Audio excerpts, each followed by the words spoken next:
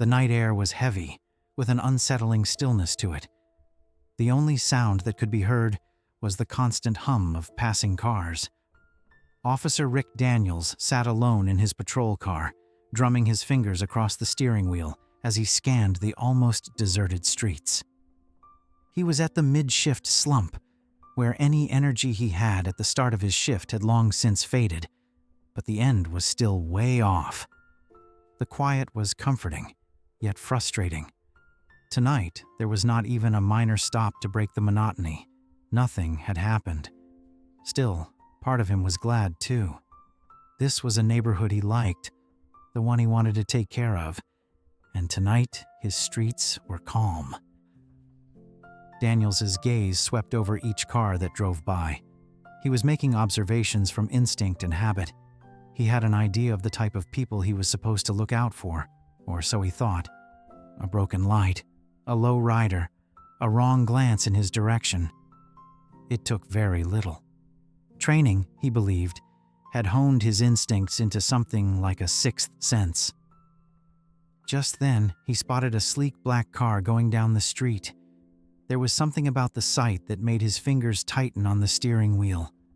Black, shiny, and spotless. This was a luxury car in good condition, and it was moving just a little too slow. Daniel's eyes squinted as he leaned forward, his heart racing. Behind the wheel was a black man, alone in the car, staring straight into the road ahead. He was in civilian clothes, but there was something wrong with him, something just not fitting this part of town, especially not at this time of the night. What's he doing here? Daniels didn't need a reason. He's been a cop long enough to know when something wasn't right. He flipped on his lights, watching as the car slowed and pulled over to the side of the road. A small smirk tugged at the corner of his mouth. This was what he was waiting for. Finally, something to break the monotony. He got out of the car and adjusted his belt, squaring up for a fight that he expected.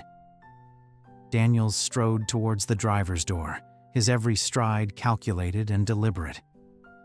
As he reached, he had an unmistakable view of the driver's face, calm, impassive, a direct opposite to the turmoil that was growing inside Daniels himself. The man rolled down his window and met Daniels's stare with a neutral expression. "Evening, officer," he said, his tone firm and respectful. Daniels was thrown off guard for a second, but after a second he quickly composed himself. "License and registration," he gruffly demanded, keeping his voice clipped and his face stern. There was no need for niceties here. He wanted control, and he wanted it fast. The man nodded, making slow movements to fetch his documents. All his movements were deliberate and cautious. Daniel's eyes followed every motion, and instantaneously his senses heightened and his muscles tensed. Every instinct he had screamed that something was wrong. He couldn't put his finger on it, but the calmness of the man's demeanor unnerved him. This kind of calm was a mask. He was certain of it. "What are you doing here tonight?" Daniels asked. This was more of an accusation than a question. The man looked up. He stared at Daniels before answering. "Just heading home, officer." His words were too smooth, and Daniels felt a surge of irritation. The man was too calm, too collected. It felt like a quiet confrontation. "Well, it's pretty late," Daniels said, letting the words hang in the air. "You're also using out-of-town plates. We don't get many of those around here." He crossed his arms over his chest, letting his gaze stay a bit longer, watching for any sign of discomfort, any crack in the man's calm exterior. The man was unfazed. "Yes, sir," he replied simply, holding Daniel's gaze. His calmness was obvious. Daniels took a deep breath, his heartbeat heavy and loud in his chest. The silence was stretching on for too long. People were supposed to be scared of him, or at least give him a nervous respect. But this man was too composed.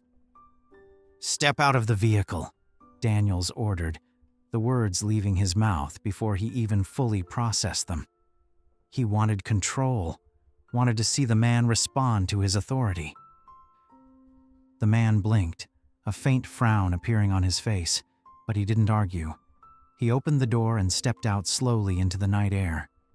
Daniels' eyes scanned him head to toe, his grip instinctively shifting to his holster, fingers brushing the cold metal. The man straightened, his face still composed. He kept his hands visible, moving in a way that felt almost practiced, like he'd done this before and been through this kind of thing too many times. Hands on the hood, Daniels instructed him with a firmer voice. He was at his wits' end facing the man's complete composure. He was trying everything to see just a glimpse of guilt or unease to justify his feelings. The man complied, setting his hands on the hood and turning his head slightly to watch Daniels. "I'm going to reach into my pocket for my identification," he said, his tone flat and composed. Daniels felt a twinge of annoyance. "You'll move when I say so," Daniels said angrily. His fingers seemed to close more tightly upon his belt, the weight of his gun heavier than usual, almost pulling him down with its cold intensity. The man nodded, his eyes never leaving Daniels's. There was no fear in them, no anger, only calmness that felt like defiance. Daniels' pulse quickened, irritation bloomed into something hotter. At this point, he felt resentment for the man. "Just following your orders, officer," he said quietly. His voice sounded like authority itself, undermining Daniels' command. Daniels' face flashed, his jaw clenching as he took one step closer. For a long time, neither of them moved. The air between them felt charged, like a wire pulled too tight, straining and ready to snap. Daniels was aware of the faint hum of the engine, quiet sounds of the night, the smell of the asphalt cooling in the dark. Every sound, every smell felt heightened, like the world had narrowed down to this single, silent standoff. But Daniels knew he had lost his ground in the match. This man somehow took control of the situation, and he did this with nothing but a calm gaze and quiet composure. This made him extremely angry. Daniels' hand fell to his gun, his fingers brushing the grip, feeling the smooth coolness of the metal beneath his fingertips. He didn't pull it out of the holster yet, but the gesture was a deliberate one and was supposed to remind him of his authority, his power in this moment. The man's eyes flickered to Daniels' hand. He registered the movement, but his face didn't change. Daniels' skin prickled, a slow heat rising in his chest at the total lack of reaction from the man. "You got a reason to be nervous?" Daniels asked, his voice low and pressing. Every word was filled with an accusation. He wanted to shake this man's composure, make him show something, fear, anger, anything at all. But the man merely peered at him. He was obviously still calm. "No, officer," he said, his voice even. "I have nothing to hide." Daniels' jaw tightened. He took a small step back, eyes narrowing as he tried to read this man, trying to find a gap in the wall of composure that seemed to taunt him. Everything in his training told him calm meant control, and he resented the way this man held it here on the streets.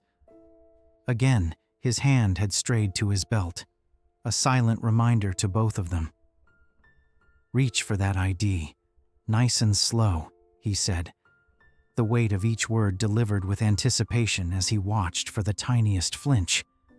He wanted this man's cool demeanor to break, something to indicate nervousness, anything that would validate the suspicion that burned in the pit of his stomach. The man nodded once and moved with painfully slow motions, each of his actions measured and purposeful. Daniels' gaze bored into him, watching his hand disappear into his pocket, half expecting a sudden move, a concealed weapon, something to validate the tension he felt inside. But instead, the man's hand emerged again holding a well-used leather wallet. Flipping it open, he pulled out a plain card and held it up for Daniels to see. His expression didn't change. The movements of his hands were almost military-trained. Daniels stepped closer, taking the card, feeling the worn edges beneath his fingers. He glanced down, prepared to glance right past whatever he expected to be a simple ID, maybe an old driver's license. But his eyes snapped on the words imprinted there in stark, unmistakable font. United States Army. Lieutenant Colonel James A. Phillips. The letters seemed to sear themselves into his vision, and he blinked, his mind grinding to a halt as the words sank in. Lieutenant Colonel? Daniel's stomach twisted, a slow, sickening churn as the implications of the rank before him set in. This wasn't just a veteran. This man was high-ranking, a Lieutenant Colonel A position far beyond anything Daniels had seen, let alone encountered face-to-face. His throat tightened as he swallowed. All the adrenaline he felt slowly drained away. Daniels loosened the grip on his belt, the cold metal of his gun suddenly a reminder of just how badly he'd misjudged the situation. He wanted to maintain control, to demonstrate his power, but his authority was slowly disappearing. "Sir, you're going to have to explain what you're doing out here tonight," Daniels barked. Phillips raised his chin, his eyes level. "I'm driving home, officer, that's all." It was such a simple answer, devoid of defiance, yet somehow the words felt like a challenge. His chest felt tighter from the whole situation. "At this hour, in this neighborhood?" Daniels pressed, not relenting. He was searching for something that would justify his suspicions. Phillips simply stared at him through a quiet, calm expression. "I wasn't aware driving at night was a crime, Officer Daniels," he said calmly. He didn't accuse him of anything, but the implication was clear, and Daniels could feel his face flush with anger. He didn't know how to respond to this man, this lieutenant colonel, who held himself with a quiet authority that somehow undermined every command Daniels issued. It was a direct affront to the power he was so accustomed to wielding. "Let's see that ID again!" Daniels yelled, a desperate attempt to get the reins of control. Phillips gave it to him, with a steady hand, and Daniels grasped it as if it was the evidence of some crime he couldn't quite define. As he looked down at the ID, he could have sworn that the words Lieutenant Colonel danced there on the card, taunting him, reminding him of his own mistakes, his own missteps. This man had most likely faced dangers he could never comprehend, yet Daniels was treating him like some common suspect. The silence stretched again. Daniels shifted uncomfortably under the gaze of Phillips, who, though unruffled, seemed to have passed judgment on him. It was as if the lieutenant colonel's composure had reflected back every insecurity Daniels had tried to bury beneath his badge. Finally, Phillips spoke up. His voice was level, without a tone of anger. "Officer, I understand you have a job you must do, and I respect that. But I've done mine too. I've served this country and put my life on the line for it. I hope that means something." Daniels's throat constricted and his mind raced, searching for some form of justification for his actions, but everything he could think of was weaker and more useless than the last. He opened his mouth to say something, but the words clung to the bottom of his throat, his command falling apart in the quiet dignity of Phillips's assessment. The lieutenant colonel's face had softened a little, and for an instant, it seemed like something akin to pity flitted across his eyes. "Is there something you're looking for?"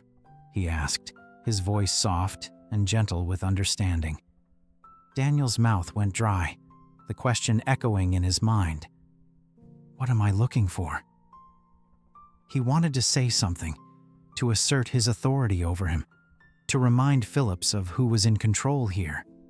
But he knew deep down that he'd already lost control of this encounter. Instead, he felt himself falling back on protocol, the last shred of authority he could grasp. "I need to search your vehicle," he stammered, the words sounding hollow even as he said them.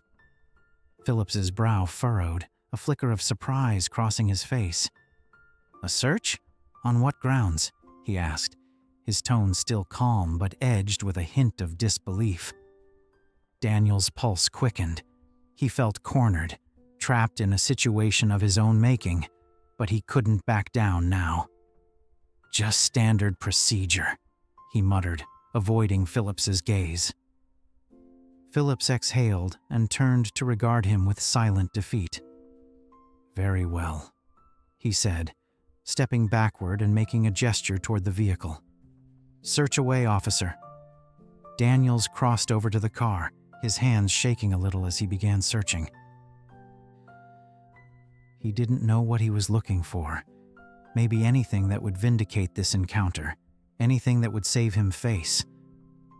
But the more he rummaged through the car, finding each compartment empty and each seat free of anything incriminating, the heavier his actions weighed on his shoulders. By the time he finally stepped back, his chest had tightened with shame. The futility of his search deepened the regret gnawing at him. Phillips watched him without a word, yet the weight of silence between them spoke volumes. He wanted to say something, explain himself, but the words felt inadequate and empty. Finally, Phillips spoke, his tone soft, almost pitying. "Officer Daniels, I hope you understand that I am not a threat. I am just a man trying to get home." The directness of the words cut through Daniels' defenses. It pierced the layers of bias and assumption he'd built around himself. In this instant, he saw the truth of his acts, the prejudice that had framed every decision, every suspicion. The words of Phillips hung in the air, each a reminder of the respect which Daniels had not shown, the humanity he had overlooked. He felt his face flush with shame as the weight of his actions pressed down on him like a heavy stone. Lieutenant Colonel Phillips watched him in silence, his calm gaze now charged with a new, quiet authority. A strange sensation began to creep through Daniel's body, a mix of embarrassment, shame, and something darker, some deeper realization that he'd been wrong, and not just wrong, terribly, unforgivably wrong. For a moment, Daniels' voice failed him. He wanted to say something, anything that could bridge the chasm between them, explain away his actions, or undo the distrust and aggression he'd shown. But every word he thought of felt hollow and ridiculous in the face of Phillips's rank, his calm, and his undeniable dignity. "I didn't realize," he stammered, his voice barely more than a whisper. Lieutenant Colonel Phillips said nothing at first. He lengthened the moment, his gaze laying a physical burden on Daniels. Finally, his voice came, low-toned and calm but devastatingly simple in its delivery. "That's the problem, Officer Daniels," replied Phillips. "You didn't know, instead you assumed." Each word was spoken with slow deliberation, the meaning carrying weight that seemed to push into Daniels' chest. Daniels could feel his face heat up, the flush of shame crawling up his neck. He fought to meet Phillips's gaze. The calm authority in the man's eyes was very obvious, a reflection of all that Daniels had failed to see.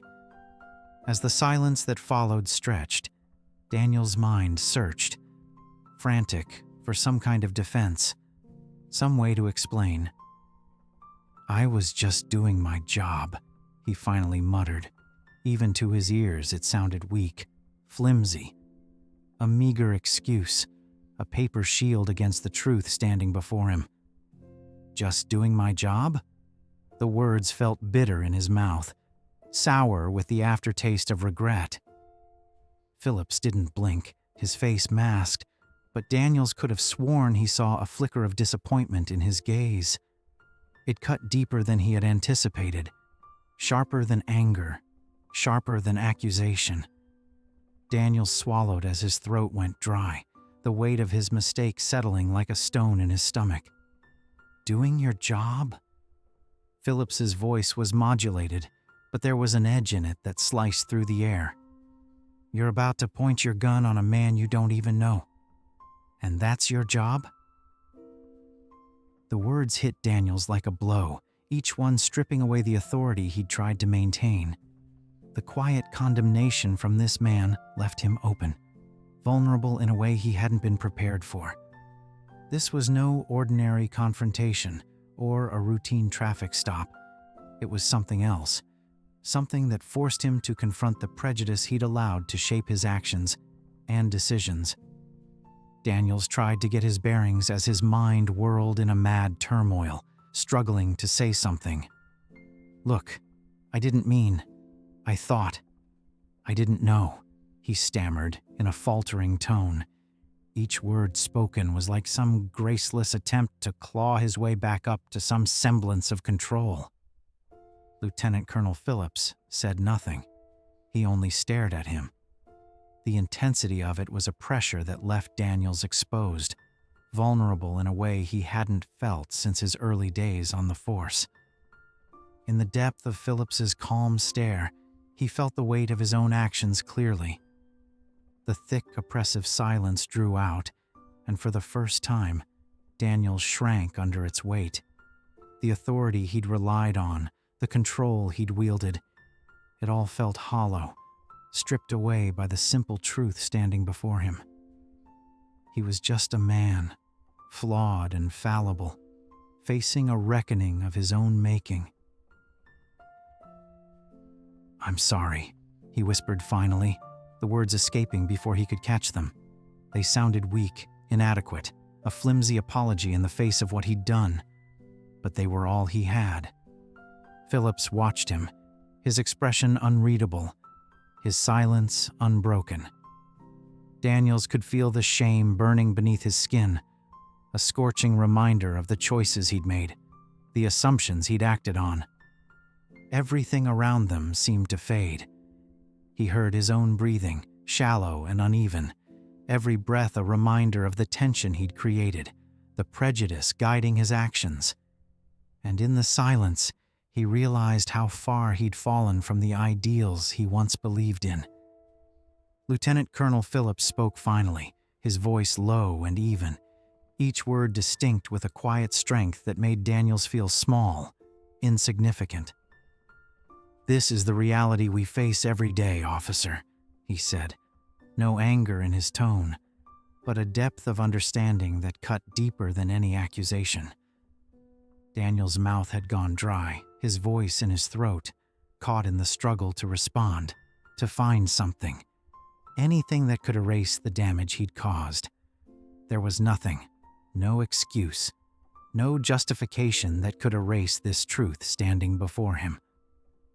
As the silence lengthened, Daniels felt his control slip. The authority he'd wielded now a hollow shell, stripped away by the silent dignity of the man before him. He was vulnerable in ways that he had not expected, and for the very first time, he understood the reality of his actions. Philip took a deep breath. His eyes never blinked, his face serene and determined. In this moment, Daniels realized that he had been brought face to face with a day of reckoning he could never outrun, a day of reckoning of his own making. But as he was humbled by the guy before him, he experienced a weird sense of clarity, a realization that went beyond words. He'd spent so long viewing the world through a lens of mistrust and authority, assuming guilt without cause and imposing power without empathy. And now, confronted with Lieutenant Colonel Phillips's quiet dignity, he realized the cost of that perspective, the trust he had violated, the respect he had abandoned.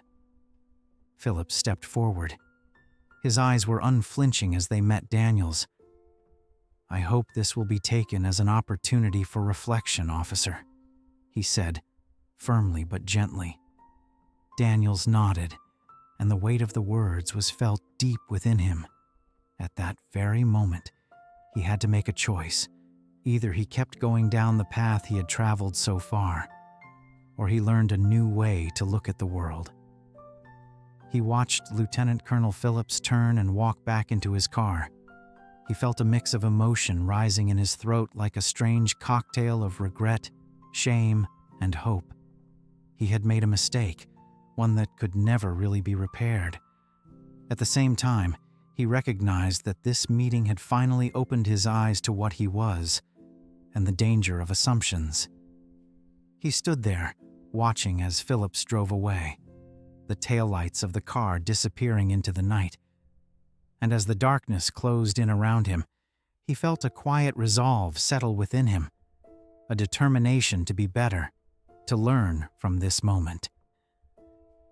He didn't know what the future held, and this encounter had changed him, forcing him to look at himself and his actions in a new light. And as he turned to walk back toward his patrol car, he felt a strange, hopeful sense of peace that he could somehow make amends, that somehow he could rebuild the trust he had broken. But apart from this feeling, there was a spark of anger still smoldering in Daniel's chest, an anger at having been put in this position, at the calm, quiet dignity that Phillips had used against him like a weapon. He climbed back into the patrol car, his hands clasping the steering wheel as he fought the tempest of emotions clawing at him. He was humiliated, outmaneuvered, and laid bare. The authority he'd relied on, the power he had assumed would protect him, was taken away by that one glance from a man who understood the world way better than he ever would. He sat there, his chest rising and falling with shallow breaths, until the radio on his dash crackled to life. He barely noticed the voices on the other end.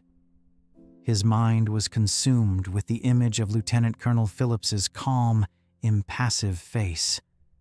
It was a look that said, "I've seen your type before, officer. You're not the first, and you won't be the last." A wave of bitterness rushed through him, and his jaw tightened. Who did this man think he was, undermining his authority, judging him? A decorated officer, yes, but a man nonetheless. A man driving through his jurisdiction, a man who had somehow managed to strip away every ounce of power Daniels had once felt. A thought crept into Daniel's head, one that was just bubbling on the surface of his consciousness. You didn't deserve that. You were just doing your job. But even as it formed, he could feel it unraveling, the flimsy justification crumbling in the face of his own guilt. Deep down, he knew it had nothing to do with his job or his authority. This was about something darker, something he didn't want to confront. The radio crackled again, and Daniels snapped back to reality. He reached for the microphone with a heavy hand. "Dispatch, this is Unit 12. I'm just wrapping up a routine traffic stop," he muttered, his voice devoid of the confidence it once held. He sat there a moment longer, the weight of his actions pressuring him. He knew he should call it a night, head back to the station and try to make sense of the turmoil raging inside. Still, something kept him there, an insistent nagging urge that refused to be silenced.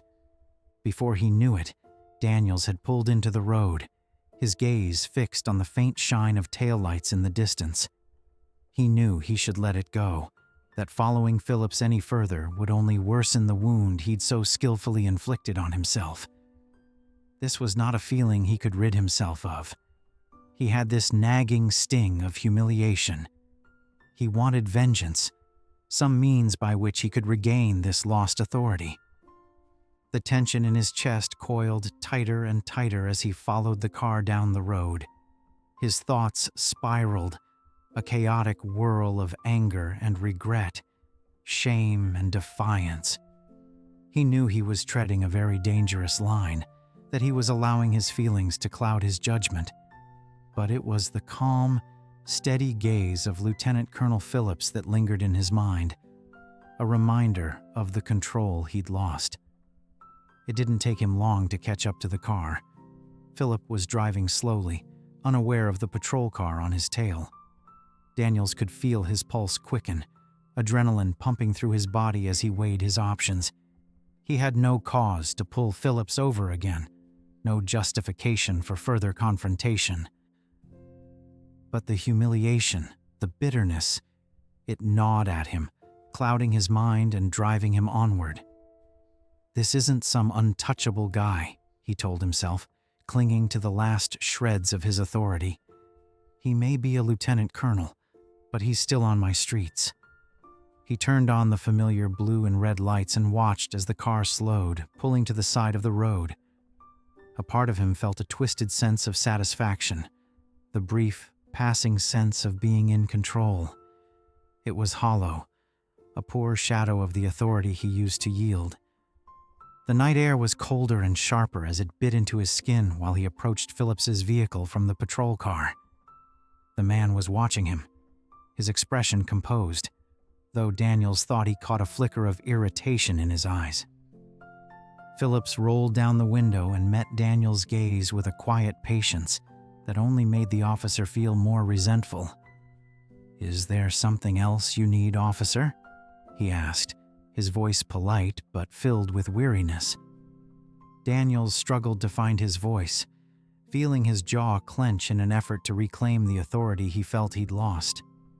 Something in Phillips's calmness made him feel small and exposed. He needed something to justify the second stop. "I need you to step out of the vehicle." The words slipped out with more force than he had intended. Phillips's brow furrowed slightly, confusion flickering across his features. "Officer, I've already given you my identification. I'm not sure about what you want from me." Daniels' face reddened, the sting of Phillips's calm defiance only increasing his frustration. "Step out of the vehicle," he repeated, his hand drifting to his gun in a movement that felt instinctive. Phillips hesitated, his eyes darting to Daniels' hand as the coolness in his eyes hardened into something resolute. "If you insist," he said quietly, opening his door with measured, deliberated motions and stepping out. Daniels' heart was racing in his chest, the heavy weight of his gun offering comfort to him. He watched as Phillips stepped out from the vehicle, his every movement controlled and calm. This was a silent testament to years of service that had instilled discipline within him. Anger surged through Daniels at the thought that this man seemed to act as if he was in control, as if he had all the power here. "Hands on the hood," Daniels ordered sharply. Every word cut through the air like a razor, laced with a sharp edge of frustration. He could see the faintest flicker of irritation cross Phillips's face, but the man complied, placing his hands on the hood of the car with a resigned sigh. Daniels came forward slowly, hand still near his gun, his mind a tornado of anger and shame. He was waiting for something, anything that might crack the outer shell of calm, the facade of composure that had left him out in the open, humiliated. He wanted to shake some reaction out of this man, some sign that this was a man touched by his presence, his authority. "What's the problem, officer?" Phillips asked calmly. His calm words were the direct opposite of what Daniels was feeling. Daniels felt his hands shake, his fingers reaching to touch the grip of his gun. The cold metal was a natural antidote to the turmoil in his head. "Are you carrying weapons?" he asked, his voice low and pressing, each word laced with accusation. Phillips' head shifted slightly to one side and his eyes met Daniels'. It was silent defiance. "Officer, I told you who I am. I am not armed in any way, but all that did was feed Daniels' frustration. The anger was boiling in the pit of his stomach, and things were about to take a dark turn." "Then keep your hands where I can see them," he snapped, tightening his grip on his gun, his voice revealing desperation he tried to hide. Phillips nodded, his face unreadable. His eyes never left Daniels. He was staring at him calmly. The silence drew out, second after second, each a reminder of his lost control, the lost authority to his emotions. In one last desperate act, Daniels pulled out his gun and pointed it directly at Phillips. It was instinctive, a final attempt to take back the authority he lost.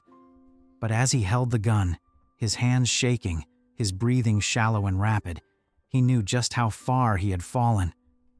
Phillips didn't bat an eye.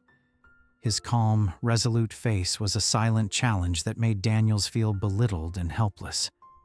The gun in his hand felt heavy, a symbol of the authority to which he had clung to, but it was now a reminder of his own weakness, his own failures.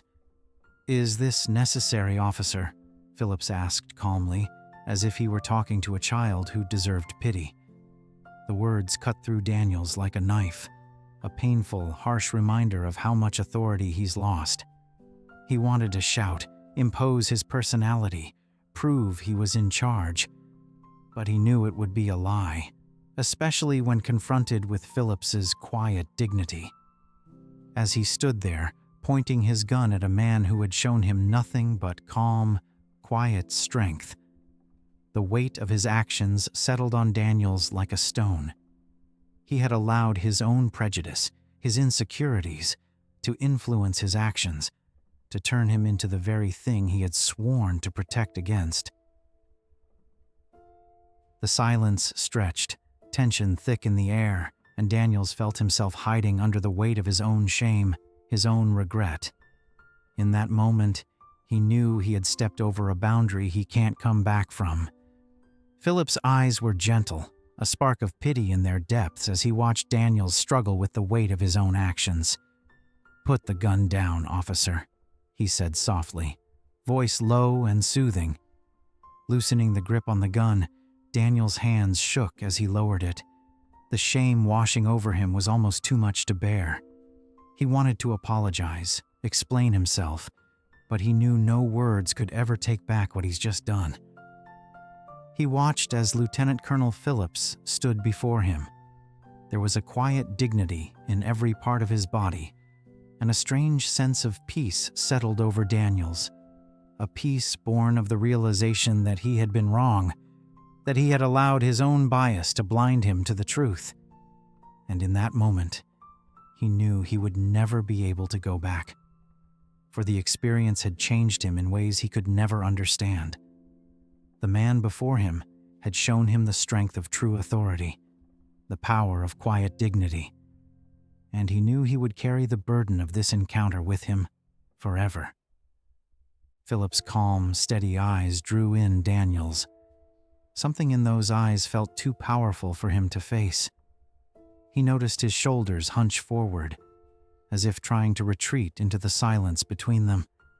His ears buzzed with a background noise while his mind raced, searching for a way to cross the gap his actions had created.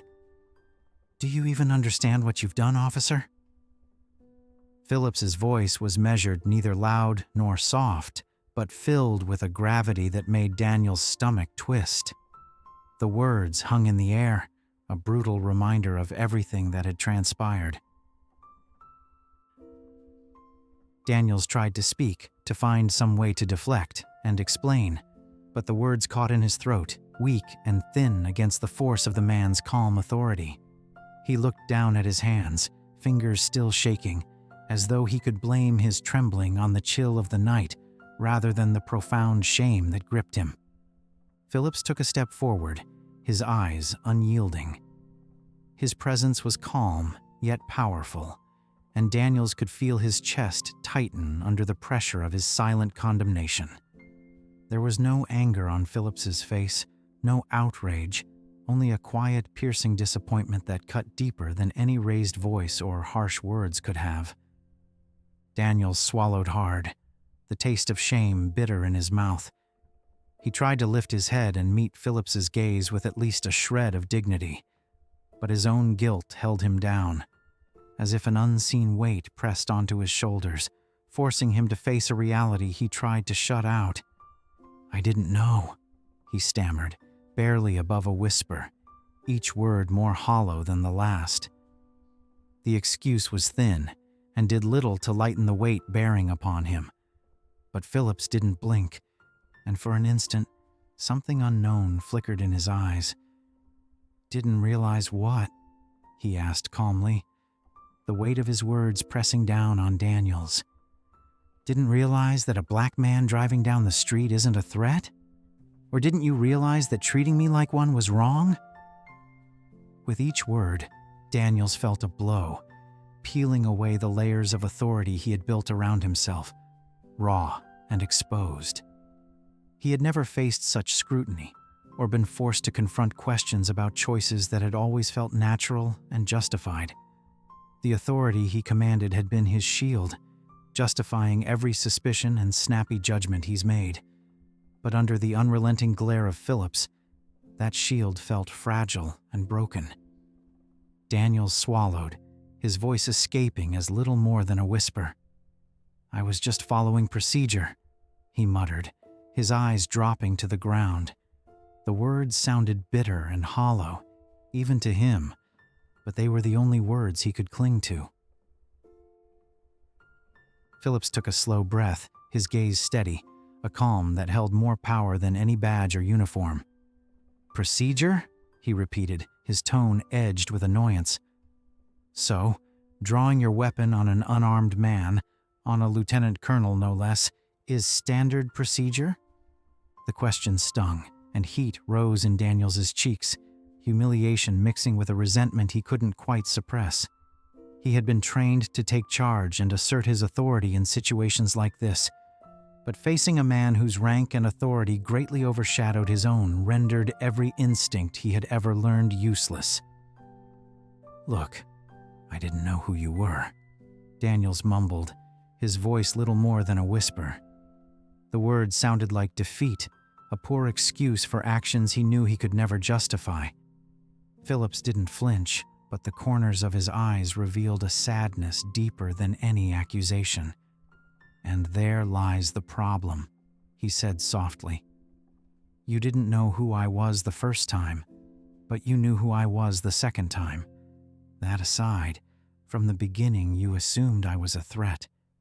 You chose to see me as a danger rather than as a man." The weight of those words settled on Daniels's shoulders, and he felt himself shrinking under the burden of that quiet judgment. He had spent years building himself up, convincing himself that he was doing the right thing, upholding the law and protecting his community. But now, faced with the quiet authority of a man who had served his country with more honor than he could ever hope to claim, those justifications felt flimsy and paper-thin. "I'm sorry," he whispered, the words tumbling from his mouth before he could catch them. They sounded weak, inadequate. A paltry attempt to bridge the chasm his actions had opened. Yet they were all that he had. Phillips held his gaze a moment longer, eyes piercing and unyielding. "Sorry doesn't erase the harm that's been done, officer," he said quietly, tone edged with a sadness that made Daniels's chest tighten. "It doesn't erase the fear, the suspicion, the distrust that men like me face every day. The shame burned hotter, more intense, and Daniels felt his throat tighten. He wanted to say something, anything, that would make this moment less devastating, that would ease the weight pressing down on his shoulders. But the words caught in his throat, each one feeling more and more insincere. Phillips's gaze relented just for an instant, a flicker of pity crossing his face. "I understand that you have a job to do, officer," he said in a soft but firm tone. "Still, I would hope it involved the protection of all citizens, not just the ones that you decide are worthy of respect." The words somehow cut into him, one after another, like gashes, reminders of the lesson he had been forced to learn. He nodded, his head hung low, the weight of his shame pressing down on him, leaving him feeling empty. Philip didn't blink, didn't bat an eye, and Daniels could feel the weight of the gaze, the silent calm that made him feel small, insignificant. This man, this lieutenant colonel, had fought wars he could never imagine, served his country with dignity, an honor that made Daniels feel like a shadow. Phillips took a step back, his eyes still not leaving Daniels. "I pray this has been a lesson to you, Officer Daniels," he said, his tone firm but soft. "I pray it has made you reflect on the choices you have made, on the assumptions you hold. For if it hasn't, then this will have counted for nothing." The words hit Daniels like a blow. each word stripping away the last threads of his authority, his control. He felt his hands begin to shake, the weight of what he had done settling onto him like a boulder. He had let his own prejudices, his insecurities be his guide through life and turn him into the one thing he had never wanted to be. He nodded, his words catching in his throat as his voice was barely more than a whisper.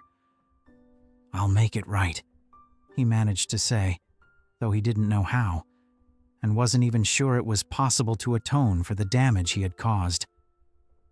All Phillips did was watch him, his eyes serene, level, a silent strength in him that increased Daniels's shame. Then he turned, wordless, and walked slowly back to his car, his steps measured, his presence commanding even as he turned his back on the man that wronged him. He watched him go, his heart pounding, his mind racing with the enormity of what had just happened. He felt scared. Every layer of authority and power he clung to was nothing more than a hollow shell. He wanted to call out, say something, anything that would make this moment a little less devastating. But he knew that no words could wash away his misdeed and that no apology could mend the hurt he had caused. He stood there, watching as Lieutenant Colonel Phillips's car disappeared into the distance. A resolve settled in Daniel's chest, quiet but unrelenting. He knew he was unable to change the past, unable to take back the mistakes he had committed. At the same time, he knew that he had the power to embark on another route, one of comprehension, respect, and justice.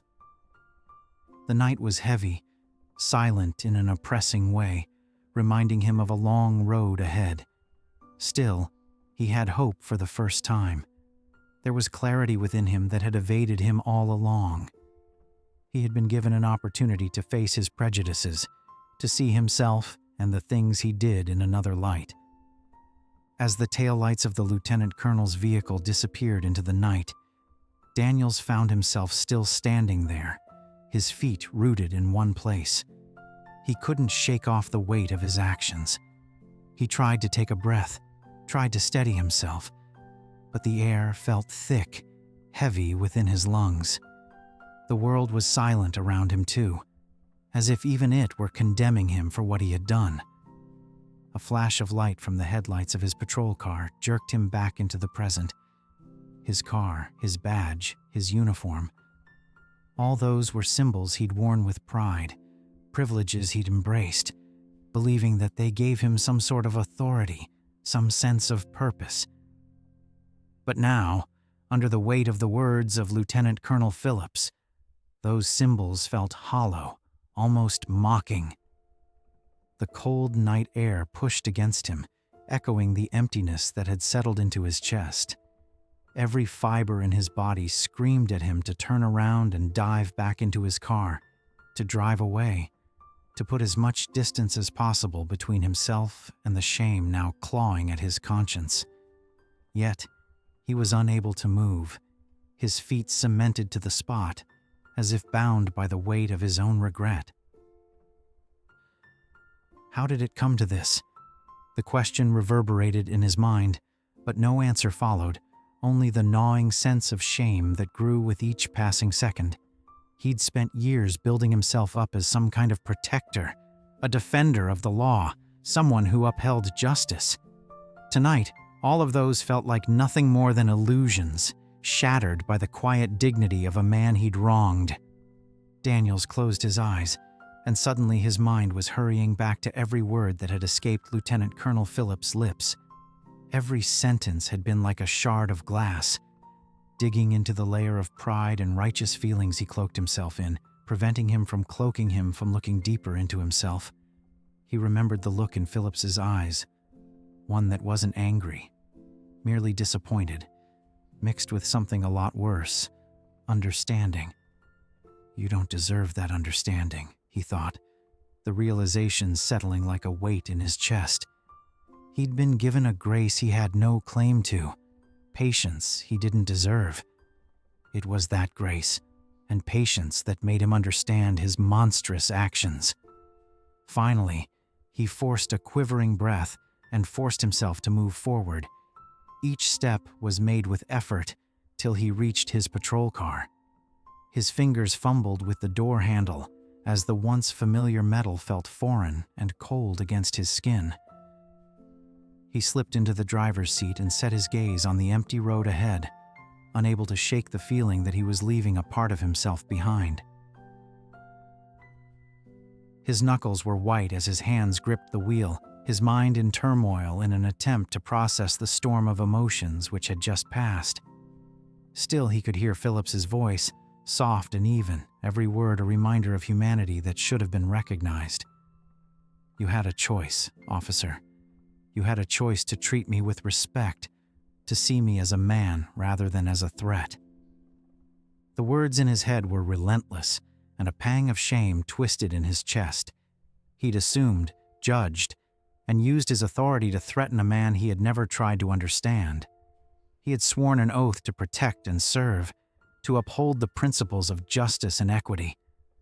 But tonight, he'd betrayed those principles, acting on fear rather than reason, prejudice rather than compassion. Was this who he was? It seared into his mind, an accusation that would not be silenced. He had always considered himself a man of principles, one who stood for what was right. Tonight, those principles had been tested, and he'd failed spectacularly. He knew he couldn't undo what he'd done, couldn't take back the pain and humiliation he'd inflicted. As he sat there, alone in the silence, a flicker of something else seeped through. A fragile but insistent determination pushing through the haze of shame and regret. It can't end like this, he thought, a small inside his head. But it gained some strength from the memory of the words of Phillips, his quiet dignity, his resilience. Daniels didn't know if he'd ever be able to make things right again, but he knew he couldn't continue on as he had been doing. Couldn't let this moment be the sum total of his legacy. He took a deep breath and turned the key in the ignition. The rumble of the engine broke the silence. He cast one last look at the deserted road on which Lieutenant Colonel Phillips had vanished from view, a silent pledge forming in his brain, a pledge for change, for improvement, to confront the bias which had brought him here. Driving back to the station with the city lights blinking on and off, he knew this was only the beginning. He would have to face the consequences of his actions, answer his superiors, his peers, but most of all, he would have to face himself, confront the man he'd allowed himself to become. He drove back in silence, with the hum of the engine and only distant city sounds amplifying the voices in his head. The echoes of Lieutenant Colonel Phillips's words, the quiet strength in his gaze, the silent condemnation. Officer Daniels parked his patrol car just outside the station, his hands still clenched on the wheel as if it were some kind of lifeline. The hollow ache of regret weighed heavy in his chest, affecting his every breath. He breathed a shaking breath, forcing himself to release the steering wheel since his knuckles hurt from how tightly he had held onto it. Before him, the station loomed with the fluorescent lights casting a harsh glow. He had been there so many times, but tonight the place felt alien, as if he was an intruder trespassing into a space he no longer fitted. Daniels glanced at the clock on the dash. His shift had ended nearly an hour ago, but he'd been driving aimlessly, avoiding the inevitable return to the station, the inescapable reality that faced him. He'd hoped that would clear his mind, give him a sense of clarity. Instead, it only heightened the storm raging inside.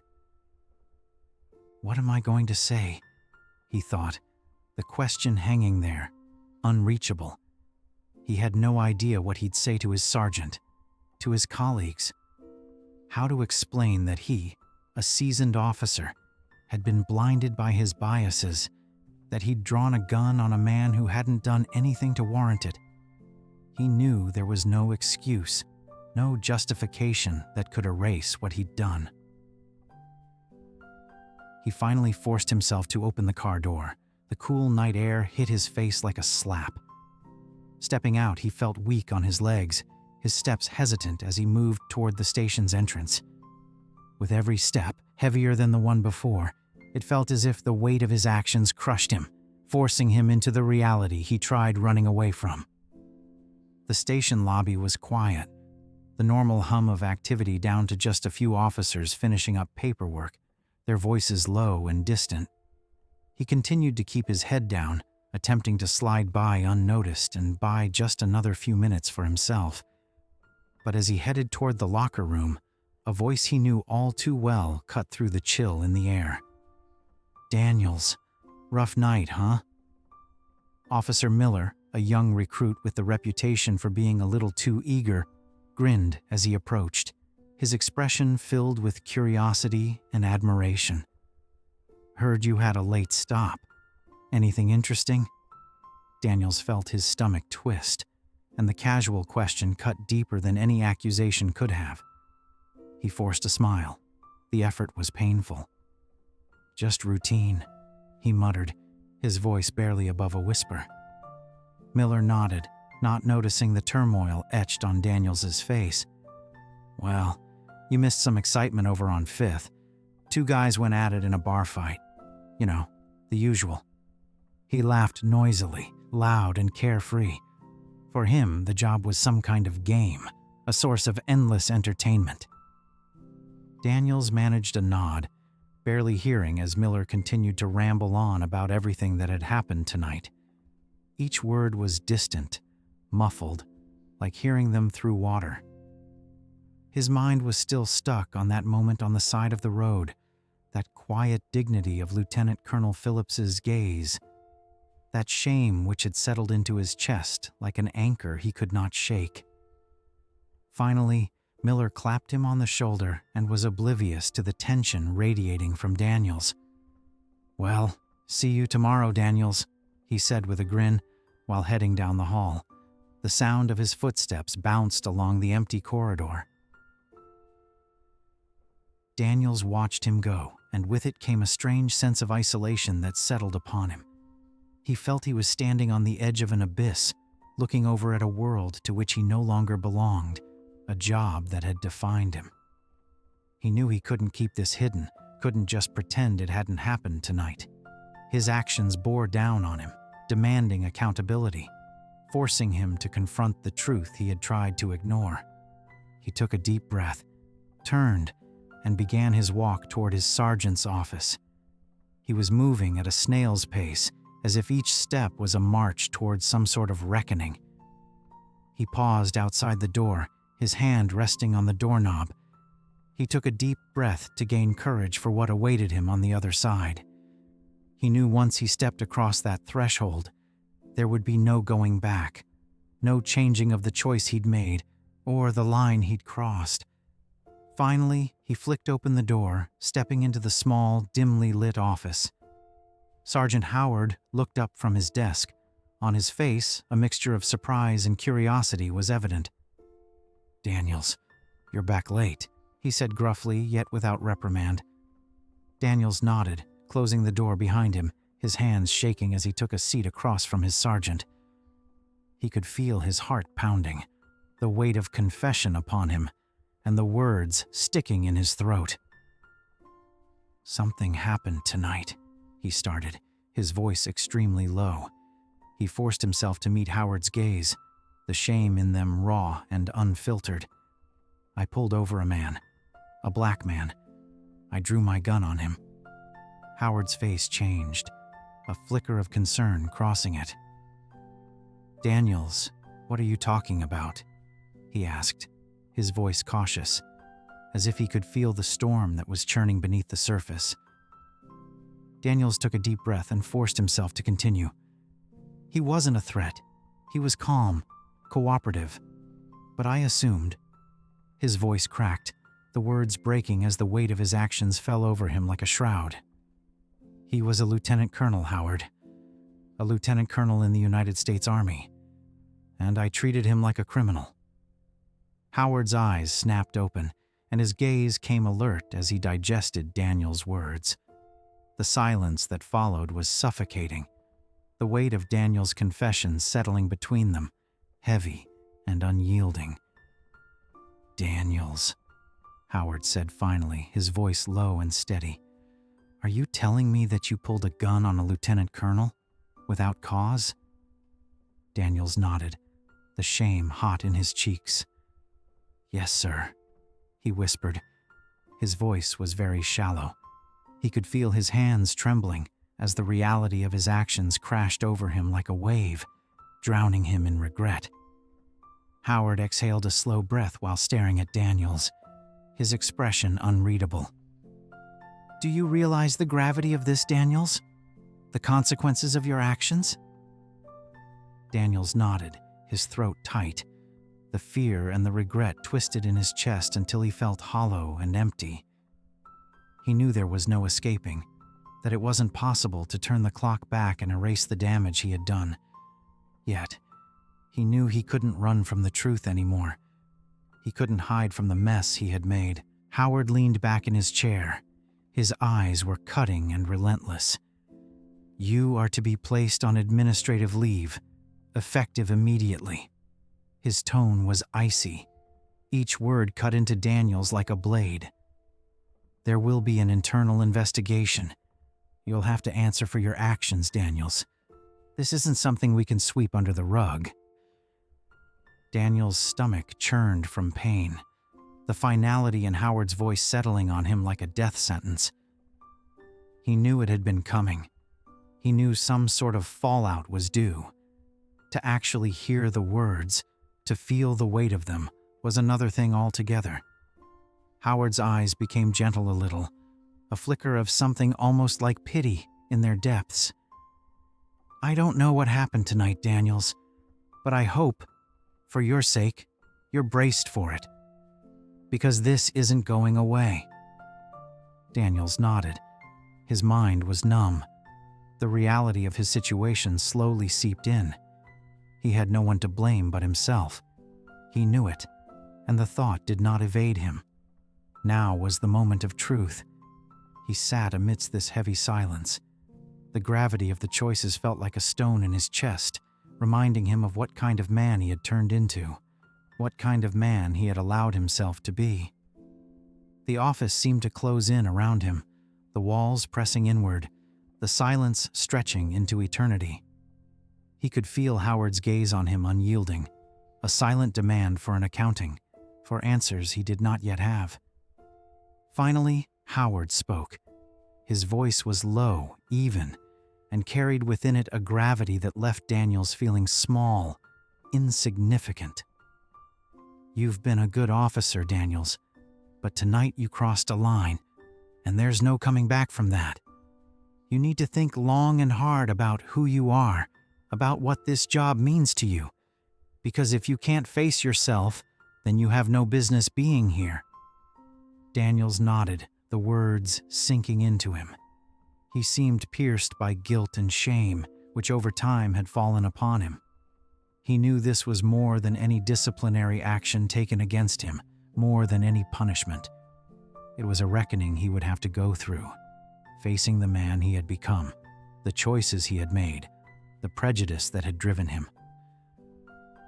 The weight of his actions weighed heavy upon him as he stood, but weirdly, he felt clear-headed now.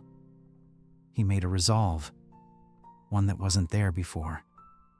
He did not know what the future would hold, or whether he could ever make amends for the damage, but one thing he knew was that he could not continue on the path he had been, and couldn't let this moment define him. He would take the consequences, and would answer for his actions. Perhaps in the process, he could start to find a way to make things right, to rebuild the broken trust, to seek a new path, a path of understanding, compassion, and justice. As he stepped out of Howard's office into the silence of the station, he felt the weight of his actions settle upon him, a reminder of what was to come next, a journey toward redemption, a journey toward justice. He was still in a daze after walking out of Howard's office. He felt as if he was seeing the world through a fog. There was this weird emptiness in his chest. The weight of Howard's words echoed in his brain. There's no coming back from this. Each syllable stayed there, a testimony to the crossed line, the choice that could never be taken back. He felt the finality of it sink deep inside him, a realization that this was not some mistake that could be swept under the carpet with apologies or excuses. He finally got to the locker room, his feet heavy with each step as his legs quivered beneath him. His hands were cold and shaking, while fumbling to open his locker as he stared blankly at his uniform, as if seeing it for the first time. The badge, the name tag symbols of authority he'd worn with pride, were now a farce. How could he wear them, knowing the damage he'd done, the trust he'd breached? The locker room door burst open, and Daniels turned, expecting Miller or one of the other officers. But instead, he found himself face to face with Officer Green, a seasoned veteran on the force, a man whose opinion Daniels had always valued. Green was quiet, steady, a presence that had always commanded respect, even in the station's most chaotic moments. "Daniels," Green said, his voice low and unreadable. Daniels looked away, unable to meet his gaze, shame weighing him down. He waited for Green to pass, to walk away from him. Instead, he drew closer, his eyes sharp, piercing. Daniels swallowed. There was a thick tension between them. "Green," he managed to say, although his words came out as a whisper. Green watched him impassively, his eyes never once leaving his face. "I heard what took place tonight," he said finally, his voice low and even, yet laced with an undercurrent that twisted at Daniels' stomach. Daniels' mouth dried, his mind scrambled to find some defense, some way of explaining himself. But every excuse felt flimsy, insincere, a poor attempt to cover himself from the consequences he knew he deserved.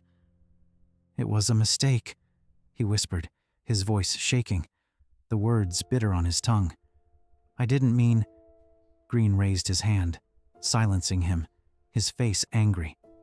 "A mistake?" he repeated icily. "Is that all this was to you, Daniels?" The words cut deep into his soul as Daniels faced the full weight of his actions. He opened his mouth to reply, to explain, but the words caught in his throat, each one feeling more and more insincere. "You're lucky it was someone like him," Green continued, his voice unflinching, every word a weight that pressed upon Daniels and made him small, exposed. "You pulled a gun on a lieutenant colonel, Daniels, a man who served this country with honor, and yet you treated him like a criminal." Daniels felt his face flush, shame burning his skin. He wanted to look away, to run from the judgment in Green's eyes, but he made himself hold steady, facing the condemnation he knew he deserved. Green shook his head. A look of disappointment crossed his face. "I've been on this force for 20 years, Daniels. I've seen officers make mistakes, but this is different." The words cut into him like a knife, and Daniels' throat tightened. He would have liked to protest, to say that he had not meant for it to be like this, that he had been trying to do a job. But he knew that any such defense would only deepen the chasm between them. "Green, I don't know what happened," he stammered, his voice cracking under the weight of his own guilt. "I thought I was doing the right thing. I thought I was protecting—" "Protecting?" Green's voice was harsh, and Daniels felt the final shreds of his defenses crumble. "Who were you protecting, Daniels? Because it sure as hell wasn't him." Daniels looked away, the shame too heavy to bear. He felt the truth of Green's words settle over him, a brutal, unyielding reminder of the man he had become, the choices he had made.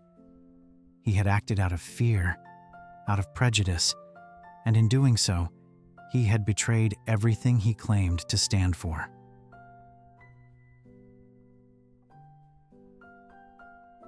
"You need to take a good, hard look at yourself, Daniels," Green said calmly. but the disappointment in his tone cut deeper than any anger. Because if you can't, if you're not willing to confront what you did, then you don't belong here. Daniels nodded, the shame settling deep inside, heavy as a physical weight that threatened to crush him. He knew Green was right.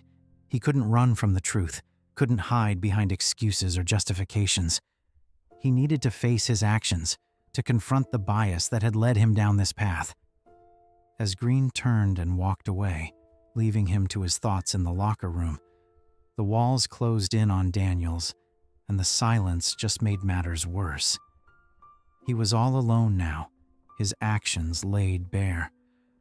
All he felt now was guilt and regret, and pangs of remorse. He regretted what he had allowed himself to become. The locker room door opened one last time, and he looked up, expecting another face he knew, another comrade coming to pass judgment. Instead, he found Captain Ramirez, her face inscrutable, her eyes keen as she took in his appearance. "Daniels," she said, her voice quiet and low. There was an authority in her voice that made him feel exposed, vulnerable. "Come with me." He trailed after her down the hall, each step a parade towards his own judgment. They stopped in a tiny, windowless room. The walls were blank, the table at its center plain and unappealing. Ramirez gestured to the chair opposite him, and he sank into it, his hands shaking as they clasped together in his lap. She sat down opposite him and did not take her eyes off his face. The silence that lingered between them was heavy. It was a silent condemnation. "Daniels, there will be an inquiry," she finally said, quietly. "This is not something with which we can turn a blind eye. There will be questions, reviews, consequences." Daniels nodded, his throat tight. The fear and regret twisting in his chest left him hollow, empty. He knew he had no one to blame but himself, and it was his actions that led him here to this moment of reckoning. The gaze of Ramirez softened slightly. A flicker of something almost like pity flashed in her eyes. "I don't know what happened tonight, Daniels, but I hope for your sake that you're ready to face it, because this isn't going away." Daniels nodded, his mind numb, the reality of his situation sinking in. He knew he had no one to blame but himself, that his actions had led him here, to this moment of reckoning. Captain Ramirez stared at him for some time, her eyes tight and relentless. "Daniels, you've already been placed on administrative leave pending the investigation of this matter. I want you to do nothing but go home and reflect on what this job really is to you, because from where I stand, I don't think you belong in this place anymore." Her words hung in the air. It reminded him of the distance he'd created and the trust he'd shattered. Daniels nodded. He felt ashamed of the whole situation, the thought of what he had done weighing down upon him with a pressure he could never break free from. He stood from his chair, his movements sluggish, each step a reaffirmation of his guilt, his shame. He knew this was just the beginning. There will be more questions asked, more judgment passed, and that it would be a long, hard road. Yet at the same time, he knew he could not escape this, couldn't run from the consequences of his actions. As he walked out of the station, the silence pressing down on him, he felt the weight of his guilt settle deep within him, a reminder of the journey ahead of him, a journey to redemption, a journey to justice. Days drifted into weeks of suspension for Officer Daniels, time becoming a blur, with loneliness gnawing at him. The station, once like a second home, was now a memory, replaced by the silence of his small apartment. The first days were the hardest. Each morning he woke up hoping it had all been a nightmare, only for shame and regret to settle heavier with each passing day. The walls of his apartment seemed to close in on him, every hour dragging by as he replayed the events of that night, unable to escape the haunting memories. He could still see Lieutenant Colonel Phillips' calm, steady gaze, the quiet dignity with which he'd faced Daniels' accusations. It was a look that held more authority than any badge, reminding Daniels of everything he once believed he stood for, and everything he'd betrayed in a single moment of fear and prejudice. On the third day of suspension, Daniels' phone buzzed, breaking the silence he's been in for so long. Seeing the name Officer Green, his stomach tightened. He hesitated, finger hovering over the screen before he finally answered, his voice strained. "Daniels?" Green's voice was filled with judgment. "Honestly, I wasn't sure you'd pick up." Daniels swallowed, shame twisting in his chest. "I wasn't sure I should," he replied, his voice barely a whisper. There was a pause. Daniels could hear the soft rustle of paper on Green's end. "Look, I don't know what happened out there, Daniels, but I thought I knew you. You were always one of the good ones. What changed?" Daniels felt his chest tighten. The question cut deeper than he'd expected. What has changed? He didn't have an answer, couldn't find words to explain the fear and snappy judgment that had taken over him. "I don't know, Green," he finally said, voice thick with regret. "I thought I was doing my job, that I was protecting." "Protecting?" Green's voice was sharp, his tone slicing through the phone. "Is that what you call it, Daniels? Because from where I'm standing, it looks a lot more like fear than protection." Each word stung, a reminder of the trust he'd shattered. He'd spent years building himself up as a protector, someone who stood for what was right, only to find himself facing the fact that he'd become what he once opposed. "Maybe you're right," Daniels whispered, barely audible, acknowledging a truth he'd hoped to deny. "Maybe I was afraid." Green exhaled, disappointment heavy in his tone. "Fear is natural, Daniels, but what matters is how we handle it. You let it control you. You let it turn you into something you're not." Daniels' throat constricted, shame burning hotter. He wanted to say something, to insist he hadn't meant for things to go this way, that he was trying to do the right thing. But he knew any defense would only dig him deeper into the chasm between them. "I'm not going to lie, Green," Daniels finally said, voice barely a whisper. "I blew it. Big time. And I don't know if I can ever make it right." Green was silent for a moment. When he spoke again, his voice had softened slightly. "Then maybe it's time you start trying, Daniels. Figure out who you really are, and what this job really means to you." As the call ended, Daniels stared at the screen, Green's words echoing in his mind. He'd defined himself by his role as a protector, someone who upheld justice, served the community. But now, those ideals felt hollow, a mockery of everything he'd once believed. Days blurred together, each passing without distinction. Stamped in his memory was only emptiness. He avoided the news, knowing that if his suspension had become public, the community he'd sworn to protect now saw him as a symbol of failure. He couldn't face their judgment, couldn't bear the thought of seeing their disappointment. The reckoning loomed like a specter, a reminder that he'd have to answer for his actions, to face the scrutiny of his colleagues, his superiors, the department he once called home. Yet, he couldn't help but feel that his true punishment lay not in the investigation, but in the mirror, a reflection of a man who had betrayed all he was supposed to represent. One evening, as he sat in the darkened silence of his apartment, his phone buzzed again. He reached out, lifting it, heart sinking at the name on the screen. Captain Ramirez. He hesitated, his thoughts racing with possible reasons for the call, an update on the investigation, a decision on his fate. Bracing himself, he answered. "Daniels." Ramirez's voice was smooth and even, carrying a weight that made him shrink further. I wanted to give you an update on the investigation." Daniel's heart sank, the reality of his situation pressing down like a weight he couldn't shake.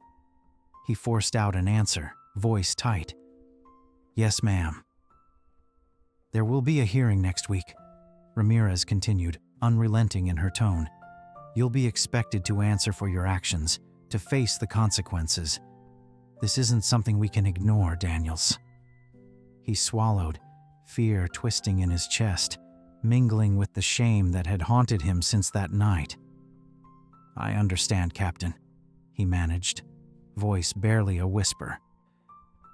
Ramirez paused, her voice softening. "Daniels, I don't know what happened out there, but I do know this job is about more than authority.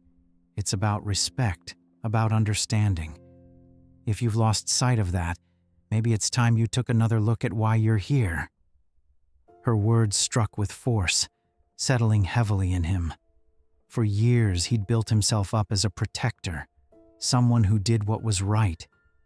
But now, he was coming to grips with the grim realization that he'd become the very thing he once stood against. As the call disconnected, Daniels sat in silence, the weight of his actions pressing down on his chest. He knew the hearing would force him to face what he'd become, to stand before his colleagues, superiors, and community, exposed for having betrayed their trust. More than anything, he knew he had to face himself, to confront the choices he'd made and the prejudice that had driven him. And as he sat there, silence stretching on, a quiet resolve settled within him, a determination to change, to be better, to seek a different path, the path of understanding, compassion, and respect. The day of the court hearing finally arrived. Today, the courthouse felt colder than Officer Daniels remembered.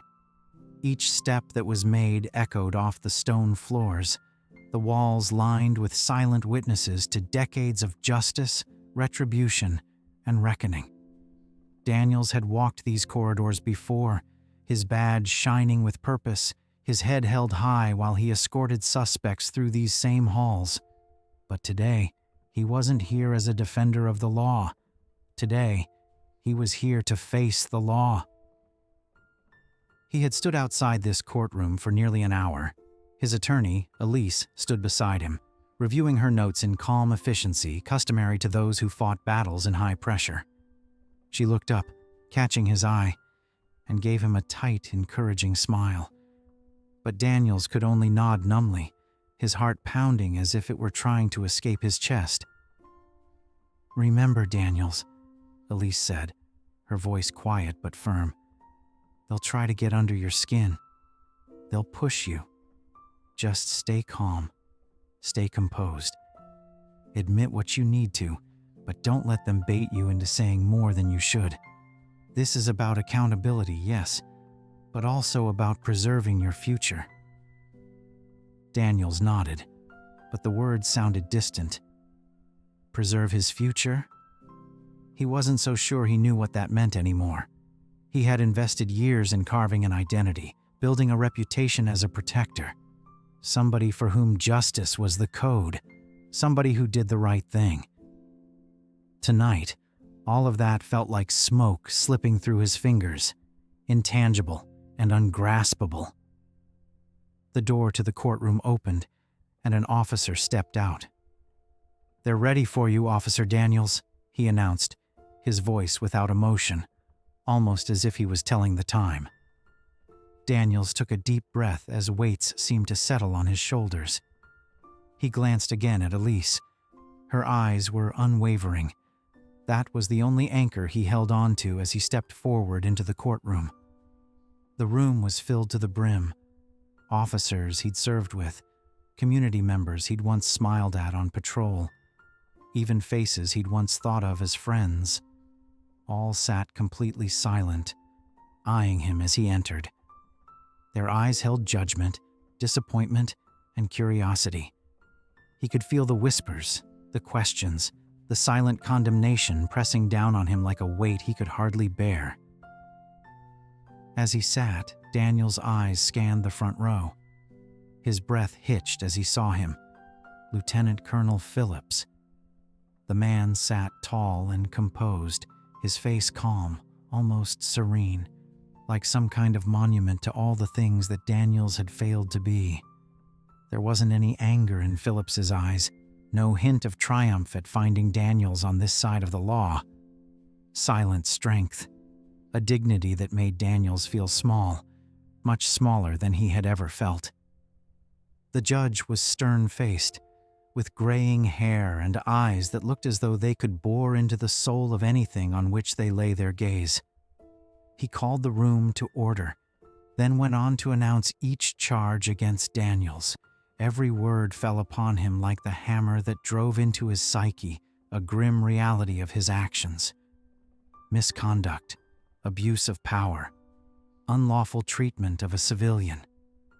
The look from the bench was unyielding, every word cloaked in the weight of the law, in community trust he had betrayed. Daniels sat silent, his head hung low, but he forced himself to meet the eyes of the people he'd failed. He could feel the weight of the stares, each one a reminder of promises he'd made, the values he'd claimed to stand for. And now here he was, his feet wet from a puddle of his own making because of choices he'd made in a moment of anger. The female prosecutor had sharp eyes that seemed to pierce into the very being of anyone she gazed at. She was known for being relentless. She took a moment, letting the silence build before she spoke. "Officer Daniels," she began firmly but in control, "you have been a law enforcement officer for well over a decade. You know the protocols, the standards, the expectations, and on that night, you chose to ignore all of them." A chill ran down his spine, the weight of her words pressing against his conscience. He'd known this was going to be hard, had known he'd be faced with the brutal truth of his actions. But to hear it out loud, laid bare for all to witness, was another kind of pain, raw and unfiltered, a reminder of the man he had let himself become. The gaze of the prosecutor was razor sharp, her every word cutting like a scalpel through his defenses. This wasn't a moment of hesitation, Officer Daniels. It wasn't some kind of split-second decision made in the heat of a moment. You had time to think, assess, and recognize that a human being was in front of you. Instead, you choose anger over reason, prejudice over professionalism. Her words hung heavy in the air. Daniels felt people's stares on him, each a reminder of the community he had failed, of the people he had let down. "Officer Daniels," the prosecutor persisted, her voice unwavering. "Can you explain to me why you felt threatened by Lieutenant Colonel Phillips? Can you explain to me why you felt that drawing a weapon on a man who posed no threat at all, who did nothing to justify that kind of treatment, was appropriate?" The question demanded an answer that Daniels knew he couldn't avoid. He could feel his throat tighten and the words jammed in his brain. How could he explain the anger, the snappy judgment, the assumptions that had overtaken him in that instant? How to admit, here in front of everyone, that the very thing he'd denied for so long, his own prejudice, had been the driving force behind his actions? He took a deep breath. His voice was barely more than a whisper as he replied, "I thought I was doing my job." He said the words with hatred in his mouth. "I thought I was protecting the community." The prosecutor's eyes sharpened. A flicker of disdain crossed her face. "Protecting? Is that what you call it, officer? Because from where I'm standing, it looks a lot more like anger than protection." Daniels felt his face heat up, shame ringing in his chest, leaving him hollow and exposed. He had no defense, no justification that could erase the damage he'd caused, the harm he'd inflicted. He knew the prosecutor was right, that his actions had been driven by fear, by prejudice, and now he was left to face the consequences. The prosecutor moved to the front row and directed her attention to Lieutenant Colonel Phillips, her eyes steady and unblinking. She motioned him to rise, her voice respectful as she spoke to him. "Lieutenant Colonel Phillips, can you describe to the court your experience?" Phillips stood up from behind the desk, towering above, his mere presence filling the room with a quiet strength that made Daniels feel small, diminished. He took a step closer, his eyes steady to meet the prosecutor's. His calm added spice to Daniels' shame. "Thank you, Your Honor," Phillips began, his voice booming across the room, a reminder that this is the man Daniels had failed to see. "I have proudly served this great nation for over 2 decades. I have stood under intense circumstances that no human should ever have to endure. I have walked on soil where every decision, every choice, determined either life or death. And on that night, I was treated like I was a menace." He looked over to Daniels with an unyielding expression of silent judgment, and Daniels was left with feelings akin to being stripped bare in all areas. I was calm, deferential, and conciliatory. I showed Officer Daniels my identity card, clearly told him who I was and what I had done. But none of that mattered. Because to him, I was a threat before I even opened my mouth.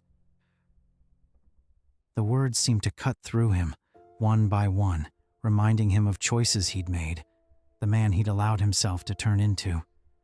He felt the weight of the courtroom's gaze bearing down on him. Each set of eyes were from people he had let down. Phillips's voice was soft now, but his calm authority stood as strong as ever, and it was that strength which shocked Daniels. "I understand fear.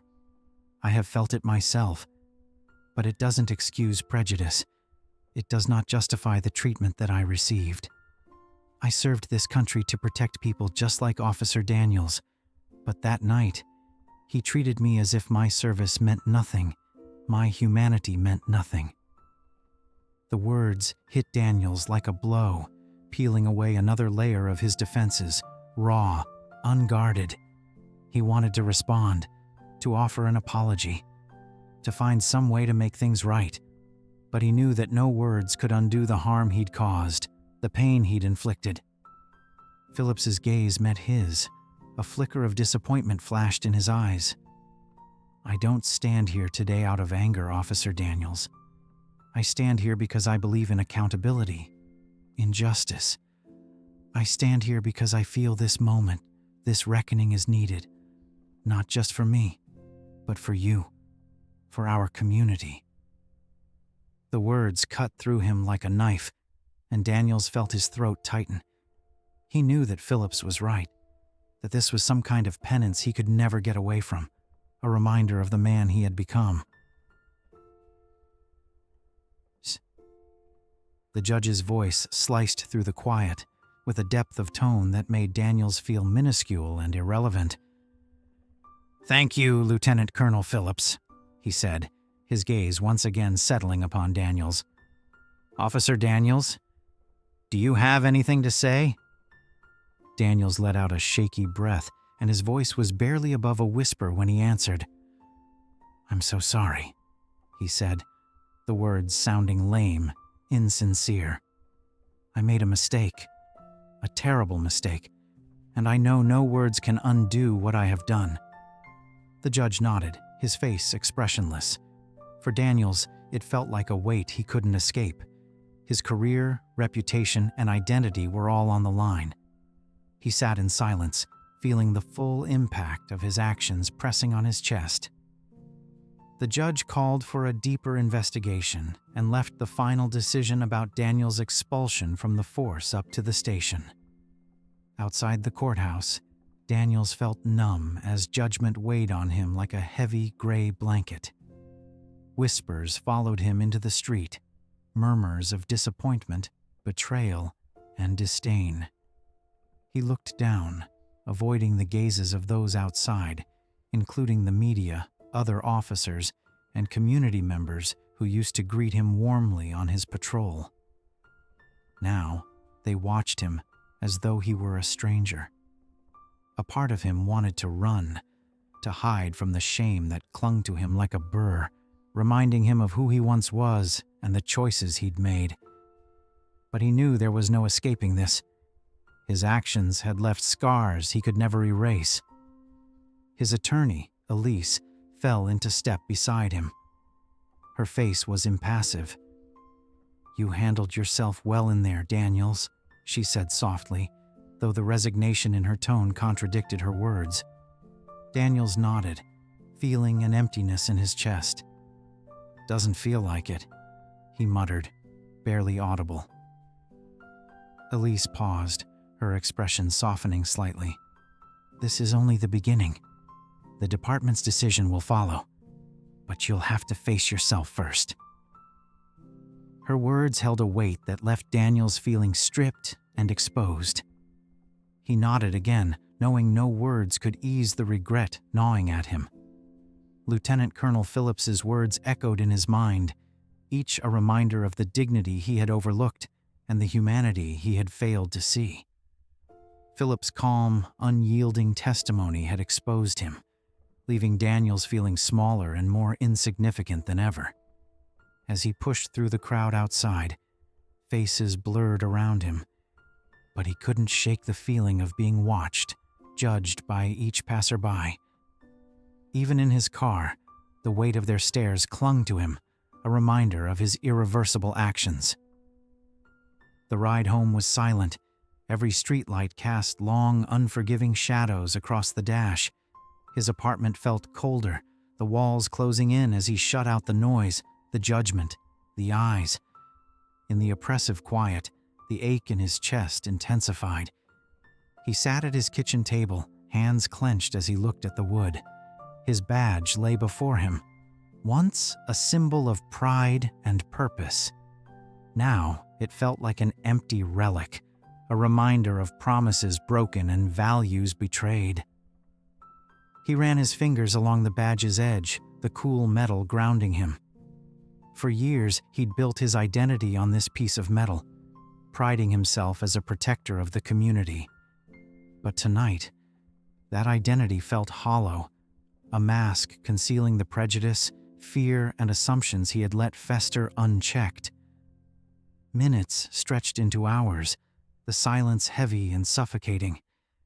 He thought of Phillips, whose quiet strength exuded dignity even under Daniels's accusations. Phillips had stood in the courtroom with a grace that made Daniels feel exposed, his actions laid bare. What have I become? The question echoed in his mind, a painful reminder of the line he had crossed and the choices he couldn't take back. He'd spent years convincing himself he was different, one of the good ones. Now those beliefs felt empty, mocked by the man he had become. At dawn, Daniels realized he could no longer hide. He had failed, not just as an officer, but as a man. His biases and insecurities had led him to actions that betrayed everything he once stood for. Picking up the pieces wouldn't be easy. He knew this path to redemption would be difficult and unrelenting, forcing him to confront the parts of himself he had long ignored, the prejudice behind his actions, and the fear blinding him to others' humanity. Days blended into weeks, each weighed down by suspension and isolation. He avoided the news, the station, a stark reminder of the life he'd lived. The looming investigation served as a constant reminder of his future's uncertainty, of a community he had let down while still waiting for answers, for accountability. One evening, as he sat alone, Sergeant Howard called. Howard's voice, gruff but without judgment, was a lifeline to the world he once belonged to. "Daniels," he greeted, his tone steady. "How are you holding up?" Daniels forced a bitter laugh. "As well as I can, I guess." Though he knew it was a lie. He wasn't holding up. He was crumbling under the weight of his own actions. Howard sighed, a heavy sound that left Daniels feeling small, exposed. "Look, I don't pretend to understand what you're going through, but I've seen good officers make bad choices. Some of them come back from it." Daniels felt a faint, fragile flicker of hope, You really think I can come back from this, Sarge? Howard paused, his voice softening. Depends on you, Daniels. It depends on whether you're willing to face the truth about your choices. Daniels swallowed, Howard's words cutting deep. He knew the journey ahead was one he'd have to face alone, confronting the parts of himself he'd tried to ignore, the prejudice and fear driving him to this point. As the call ended, Daniels sat in silence, Howard's words lingering in his mind. It would be a long road to redemption, with challenges he could barely comprehend.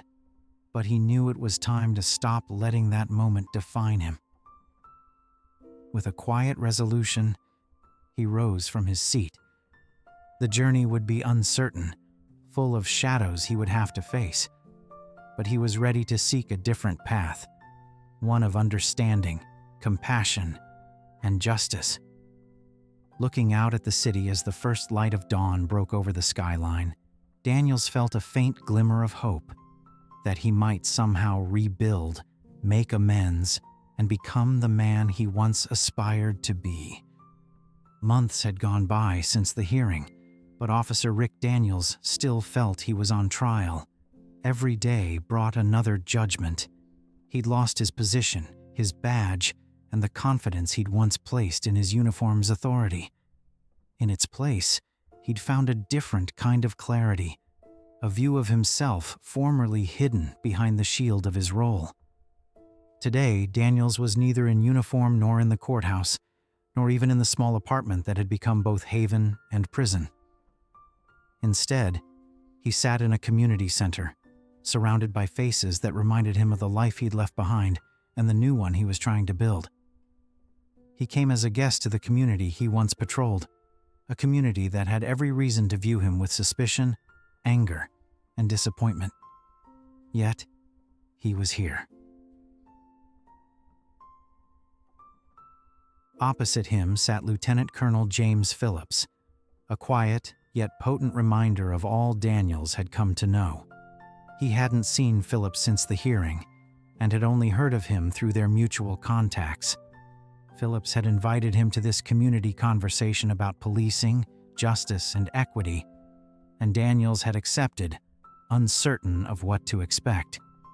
The room was filled with community members, local leaders, students, and even a few officers. Silence hung heavily, the collective tension thick as each person waited for someone else to speak. Daniels shifted uncomfortably, the weight of the space reminding him of the line he had crossed and the trust he had broken. Finally, Phillips spoke, his voice smooth and steady, as authoritative as it had been when dismantling Daniels' courtroom defense. "We're here to have an honest conversation, to confront difficult truths, to address issues that impact us every day. This is a safe space where everyone is encouraged to speak openly, to listen, and to learn." He turned to Daniels, a flicker in his eyes, though his face remained composed. Daniels felt the memory of Phillips's testimony echo in his mind, each word a reminder of the grace Phillips had shown and the dignity Daniels had overlooked. An older woman, her face lined with years of wisdom and hardship, spoke next. "I appreciate this talk," she said, her voice soft but firm. "But I wonder if it will make any difference. We've had meetings like these before, and we hear the same promises. Yet, nothing changes." Her words hung in the air like a challenge, demanding accountability from all present. Daniels felt ashamed, knowing he was part of her doubt, her mistrust. He had represented a system that had failed her. Now, he had to face that reality and acknowledge the pain he had contributed to. Phillips nodded, his gaze gentle. "I understand, ma'am. I can't promise change overnight, but I can promise our commitment to try, to listen and learn. Part of that commitment is holding ourselves accountable and taking responsibility for the harm done." He looked at Daniels again, his face impassive, though Daniels felt the weight of his words settle like a mantle, reminding him of the journey ahead.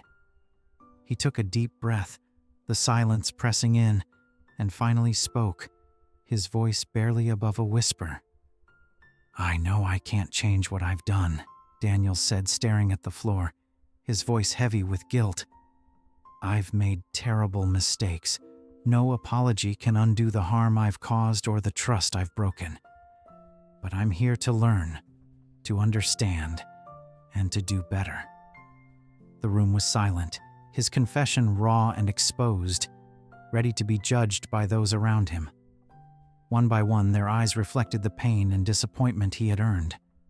A college student with a steady gaze and a tone edged with anger spoke up. "Why should we believe you? You had years to do better, to be better. But you didn't. Now, after everything, you're just here. Why should we trust you?" The words hit Daniels like a blow, each one a reminder of the choices he'd made. He took a deep breath, his voice shaking. "You're right. I don't deserve your trust. I haven't earned it. But I'm here because I know I can't run from this. I have to face the consequences of my actions and confront the wrongs I've done. I know it will take time, rebuilding, learning, and earning back the trust I lost." The girl held his gaze, unyielding. "And how do we know you'll follow through? How do we know this isn't just another empty promise?" Daniels swallowed, the weight of her question pressing on him. He had no guarantees to offer, no proof he'd stay the course, but he knew he couldn't let his past define his future. "I don't have an answer for that," he said quietly. "All I can do is show up every day and do the work. Words mean nothing if there's no action behind them. I'm prepared to spend my life proving I can change, that I can be better." The room fell silent again, the weight of his confession pressing on him, raw and exposed. He felt every stare as a reminder of the broken trust and the long road ahead. Phillips watched him steadily, a hint of approval in his eyes. Daniels felt a spark of hope, a sense of purpose buried for so long seemed to reawaken. He knew he couldn't undo his past, but he could choose to move forward and make amends. As the meeting continued, Daniels listened, voice after voice, story after story, experiences layering on one another. He knew he was barely beginning a long, difficult journey, but he was ready to face it and turn himself into the man he wanted to be.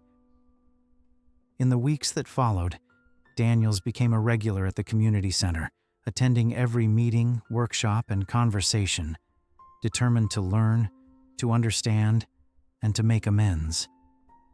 He took classes on implicit bias and equity, volunteered in programs that served the community he had once failed. Every step reminded him of the journey he had chosen, a path toward redemption, justice, and healing. Gradually, he began to feel a new sense of purpose, one not based on authority, but on humility and responsibility, a quiet resolve to make things right. One evening, as he left the center, he saw Phillips outside, his face composed, a faint smile on his lips. Daniels approached, his heart pounding with the weight of the moment.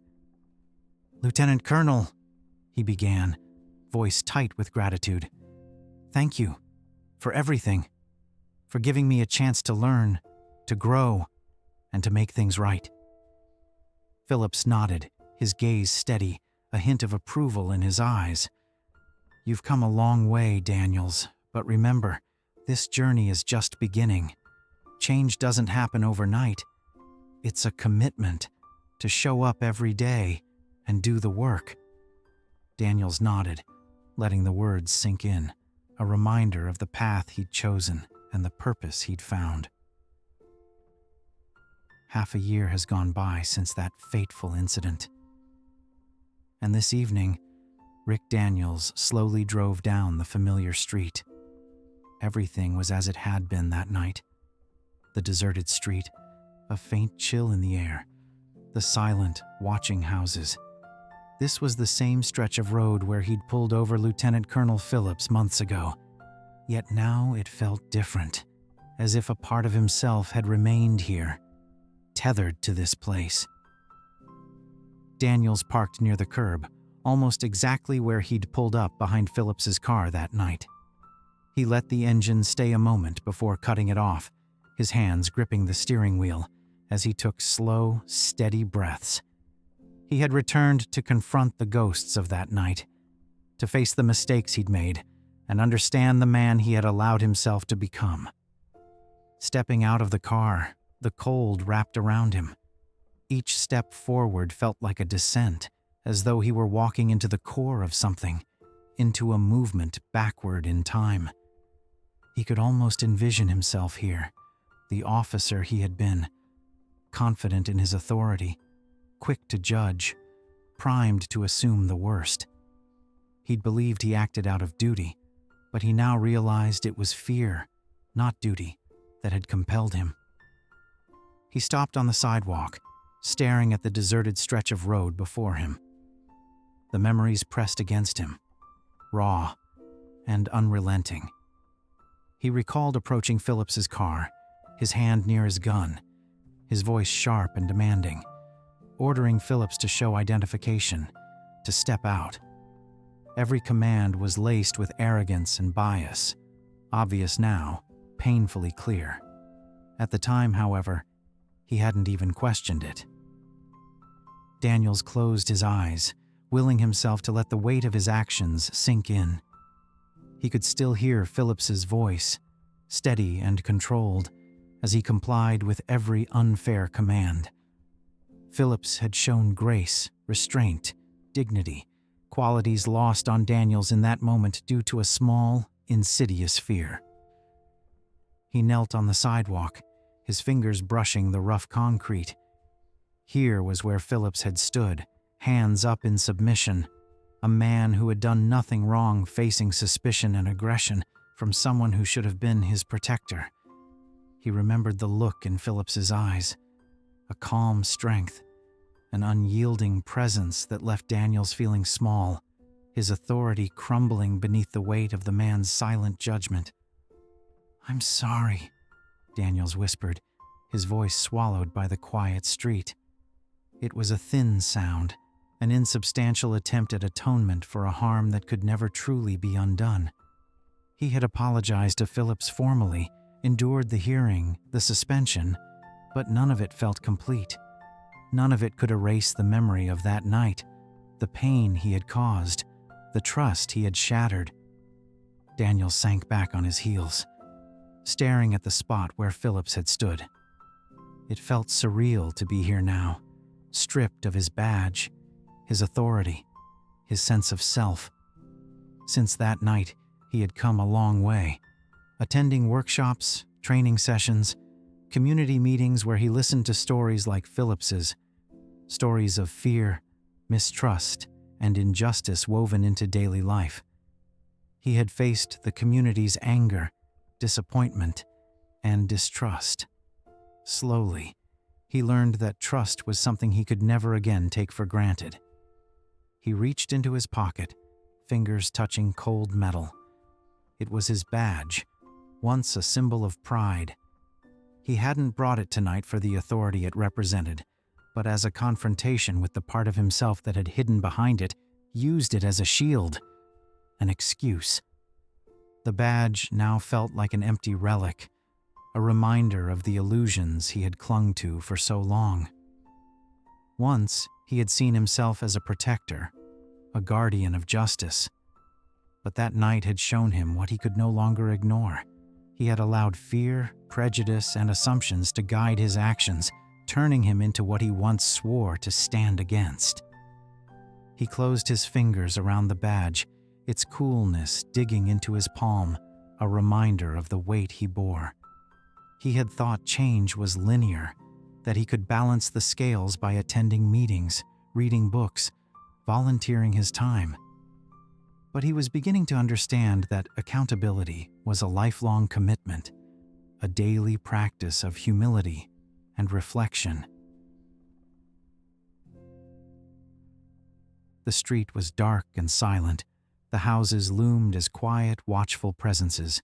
It felt as if he stood on the edge of something vast, a sea of mistakes and regrets stretching before him.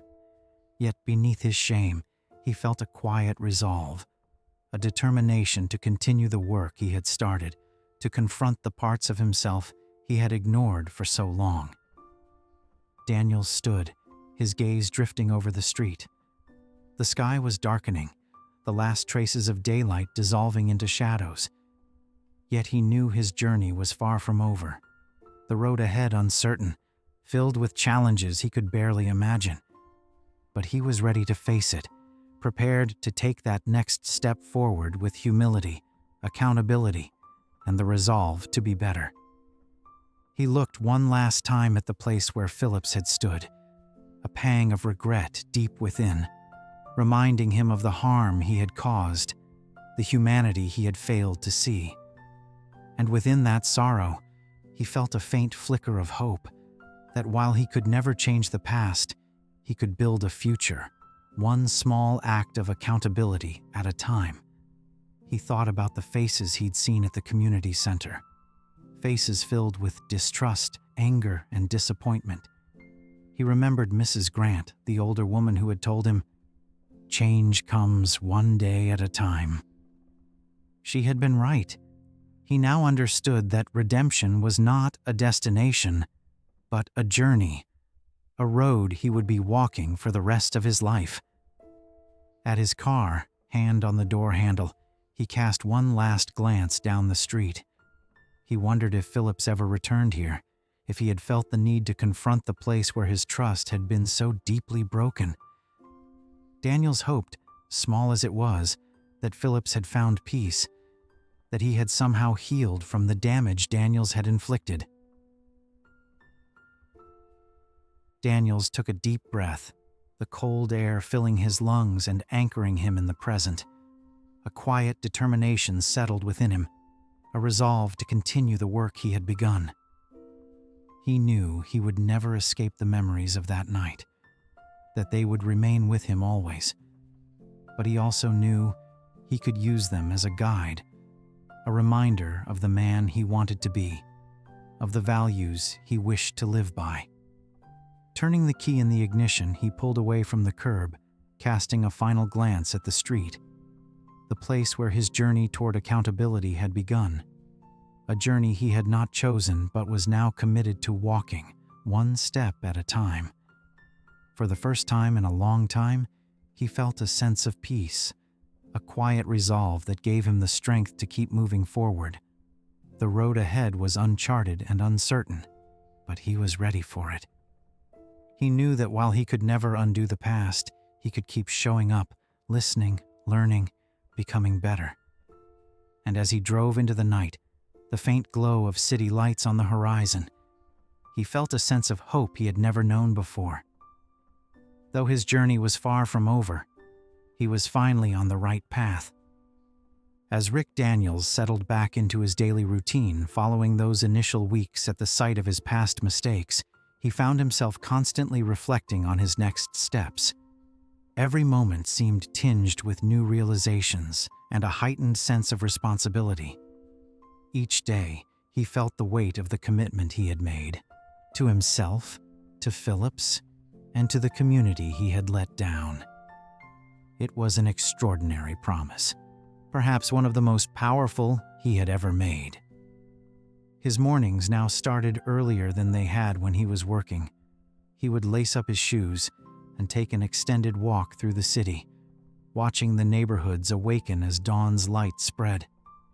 Passing the quiet blocks he used to patrol, he felt the distance between himself and the people who once viewed him with respect or wary trust.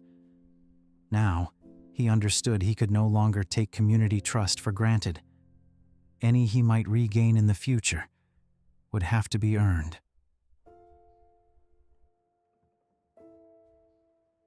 The following Saturday morning, Daniels walked to Northcrest Community Center, where he had been volunteering. The center was lively. The old gym echoed with children playing basketball, some barely as tall as the ball, laughing and competing with the unique enthusiasm of youth. Nearby, teens were setting up tables for the community event planned for that afternoon, a meet and greet with local leaders and service providers. The center had become an anchor for Daniels, a place that reminded him of the work ahead and the ways he might contribute meaningfully. He recognized Mrs. Grant, the older woman he had met in the park, setting up tables. Gray curls peeked out from under her knit cap as she adjusted a tablecloth with practiced care. He walked over, feeling a surge of gratitude at seeing her again. Mrs. Grant had shown him kindness he hadn't earned, giving him the benefit of the doubt when he didn't deserve it.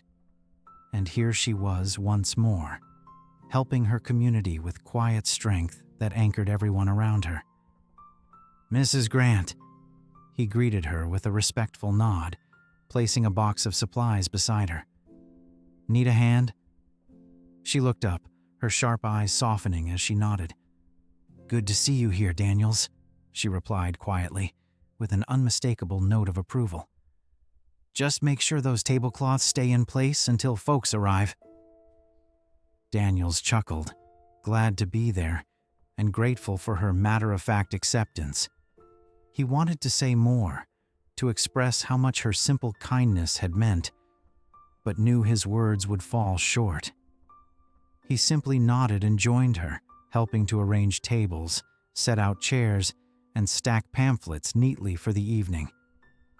As they worked, more community members arrived.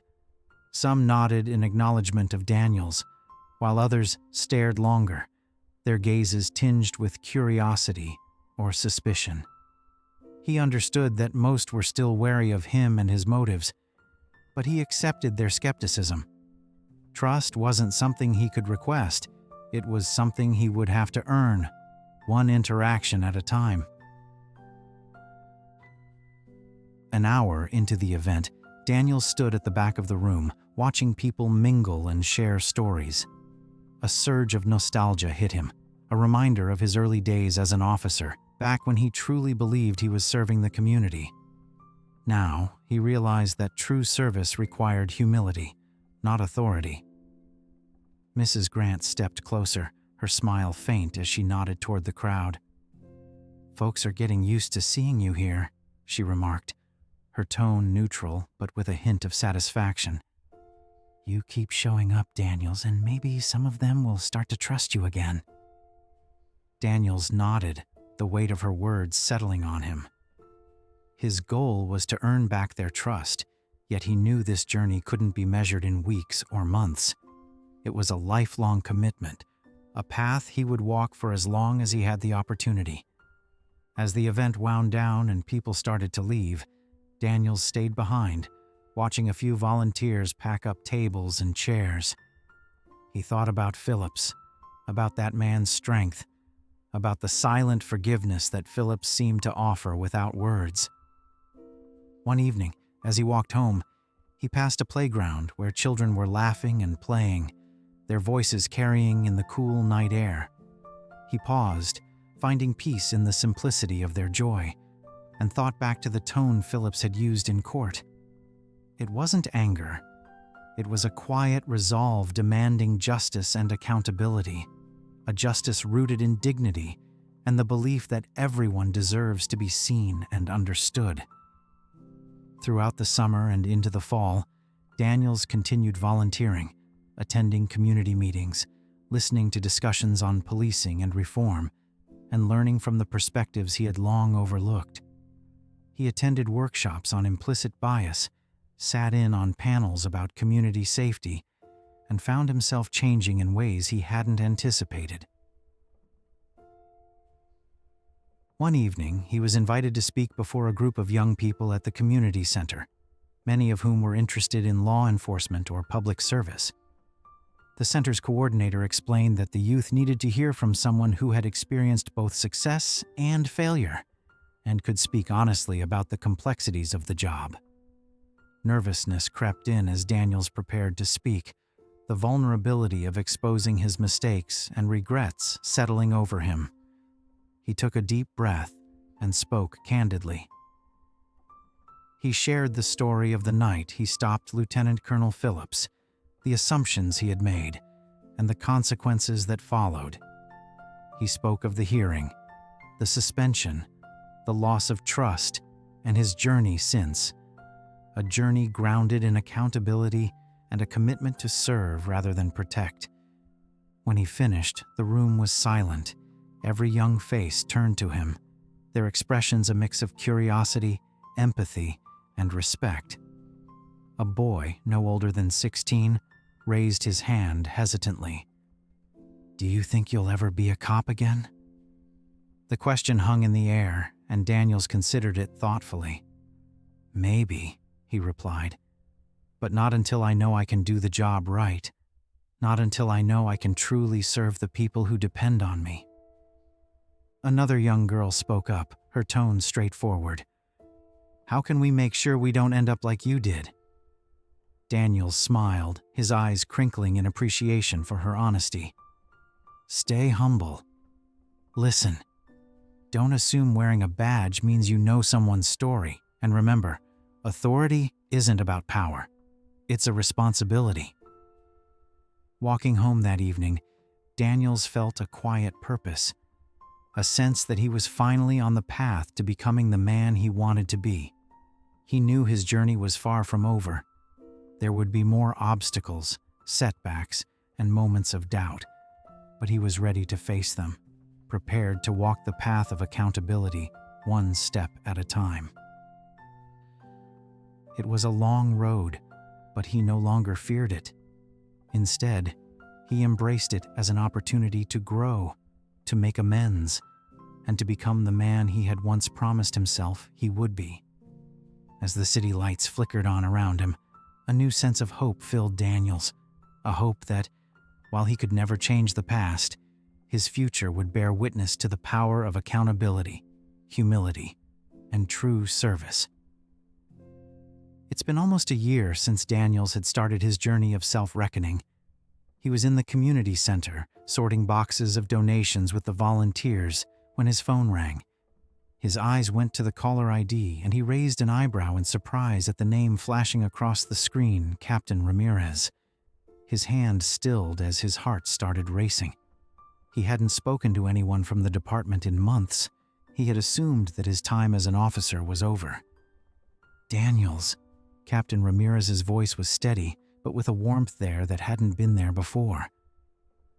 "I'm calling to let you know that the review board has come to a decision. We'd like you to return to the force, if you're ready." Daniels took a deep breath, his brain racing. The road he'd been on, the thousands of hours of community work, the quiet work of atonement, he had come to see it as a life's mission, whether he ever wore a badge again or not. But now, faced with the chance to return, he felt an unexpected clarity settle over him. "Captain," he said, his tone even, "if you are certain I am the right man for this task, then I would be proud to return." The week following that, Daniels stood outside the station in his freshly pressed uniform. His badge shone under the morning sun. Everything was just as it had been the last time he'd donned the uniform, yet he was feeling profoundly different. The pride he'd once worn with such ease, without afterthought, had given place to a sense of humility, an acknowledgement of authority not being a right, but a privilege, one that commanded respect, patience, and care. Inside, the station was alive with the hum of activity. Officers moving in and out, voices down the hallways, the smell of coffee lingering in the air. As he stepped inside, Daniels felt a wave of nostalgia wash over him, mixed with a pinch of nervousness. He was uncertain if his coworkers would accept him. He didn't know if they would view him as a failure. But whatever reception awaited him, he was ready. As he walked down the hall toward the briefing room, he passed a number of officers he knew. Some nodded, some just gave him a look of acknowledgement, others watched him with guarded expressions. Daniels didn't mind. He knew his return might be a bit of a shock to some. There might be questions, even doubts. But he was here to do the work, prove himself in actions and not just words. In the briefing room, Captain Ramirez took the front, her eyes scanning across the officers as she prepared to launch into morning roll call. When her gaze fell upon Daniels, she gave an almost imperceptible smile, her face acknowledging yet unreadable. "Good morning, all," she started off. "First, I'd like to welcome Officer Daniels back to the force." There was a murmur of acknowledgement, some polite applause, but the room was filled with cautious energy, as if everyone didn't want to rush the process. A faint flush rose to Daniel's cheeks, but he kept his gaze steady, meeting his colleague's eyes with quiet determination. Ramirez continued, her voice now even in measure. "Officer Daniels has spent the last year working with the community, reflecting on his role as an officer, and participating in a number of trainings and workshops on bias and community relations. We believe he is prepared to return with a deeper dedication to the values this department represents." She paused, her eyes addressing Daniels directly, her face softening. "Rick, good to have you back." Daniels nodded, the edges of his mouth tugging faintly upwards in a shadow of a smile. "Thank you, Captain," he said humbly, the fullness of his gratitude spilling from his voice. "I'm here to serve, to learn, to do better." That first day of patrol was unlike any he'd ever known. The walk through the precinct was like anything he had ever felt before. His whole awareness of everything around him, the sounds of the city, the faces of the people on the sidewalks, the sense of responsibility weighing on him in a way it never had before, was deeper. He didn't take it for granted this time. His partner for the day was Officer Green, a veteran with whom he had worked prior to his suspension. Green was known for his quiet and steady demeanor, his willingness to lend an ear when it was needed. They exchanged a handshake, a quiet acknowledgement of everything that had happened, a fact that Daniels was here, ready to move on. "Good to see you back, Rick," Green said, his voice warm but measured. "I know it couldn't have been easy." Daniels held his gaze, his eyes calm. "No, it wasn't, but it's been worth it," he said with quiet conviction. "I've learned more this past year than I did in all my years on the force before. I'm here to do things differently." They cruised in easy silence for the first half of their shift, the cityscape filled with familiar storefronts, sidewalks, and intersections. Yet, to Daniels, everything had changed. He saw the people they were passing, really saw them, shopkeepers making ready for the day, families walking to school, neighbors chatting on the street. Each face held a story, a life, a level of complication he had once raced past in his haste to protect and serve. Their first day's call was a routine traffic stop for the minor infraction, a driver who ran a stop sign. As he and Green approached the vehicle, Daniels felt this strange sense of déjà vu. Memories of his encounter with Phillips rushed back to greet him, reminding him of the line he had crossed, of who he had been. This time around, Daniels approached the driver's side cool and open, his tone steady, respectful as he spoke to the driver, an older man that promptly apologized, hands visible on the wheel. Daniels nodded, his tone even-tempered. "No problem, sir. I am just trying to make sure everyone is safe out here. Now, do you have your license and registration?" The interaction was brief and polite, utterly unremarkable. But as they walked back to the cruiser, Daniels felt a weight lift from his shoulders. He had approached them without judgment, assuming nothing, merely as one human talking to another. It was the tiniest of victories, but for Daniels, it was the reminder of the power of humility, the importance of treating each person with dignity. As the weeks passed, Daniels began to take on his mantle and find his niche. He continued to volunteer at the community center, more often than not stopping in after shifts to say hello to Mrs. Grant and the others there. He attended town meetings, joined in discussions on community safety, and listened intently to residents' concerns, taking their words to heart as he shaped his approach to doing his job. One evening, he was called to speak at a community forum, a gathering of residents to talk about experiences with law enforcement and hopes for the future. As Daniels stood before the crowd, he felt a familiar nervousness. It was time to remind himself of this journey he'd been on, a commitment to do better. Be better. I'm here tonight not just as an officer, but as part of this community, he began, tone firm, eyes scanning the crowd. I realize trust is something earned, and I understand I have a lot of work on that count. I'm committed to doing that work. I'm here to listen, to learn, and to build us a bridge. One or two of them nodded. The lines on their faces softened to a partial acceptance. Mrs. Grant sat toward the front, her face a picture of pride and approval. Daniels went on, his voice full of the weight of all he had learned. I've made mistakes that hurt people and broke the trust of this community. I'm not here to erase those mistakes, but to make amends, rebuild, find a way forward together. When he finished, the room was silent, a held collective pause. And then, one at a time, the people began to applaud, an almost quiet, respectful acknowledgement of caution, but housing a glimmer of hope. He knew the road still lay long ahead. He would falter, he would doubt, and ghosts of the past would catch up with him. By now, what he also knew was that he was not walking that road anymore. He was part of a community that would give him an opportunity to prove himself, to do the work of building trust one day, one interaction at a time. As he left the forum that evening, his steps were steadier, his heart full, a renewed commitment not only to the job, but to the people he served.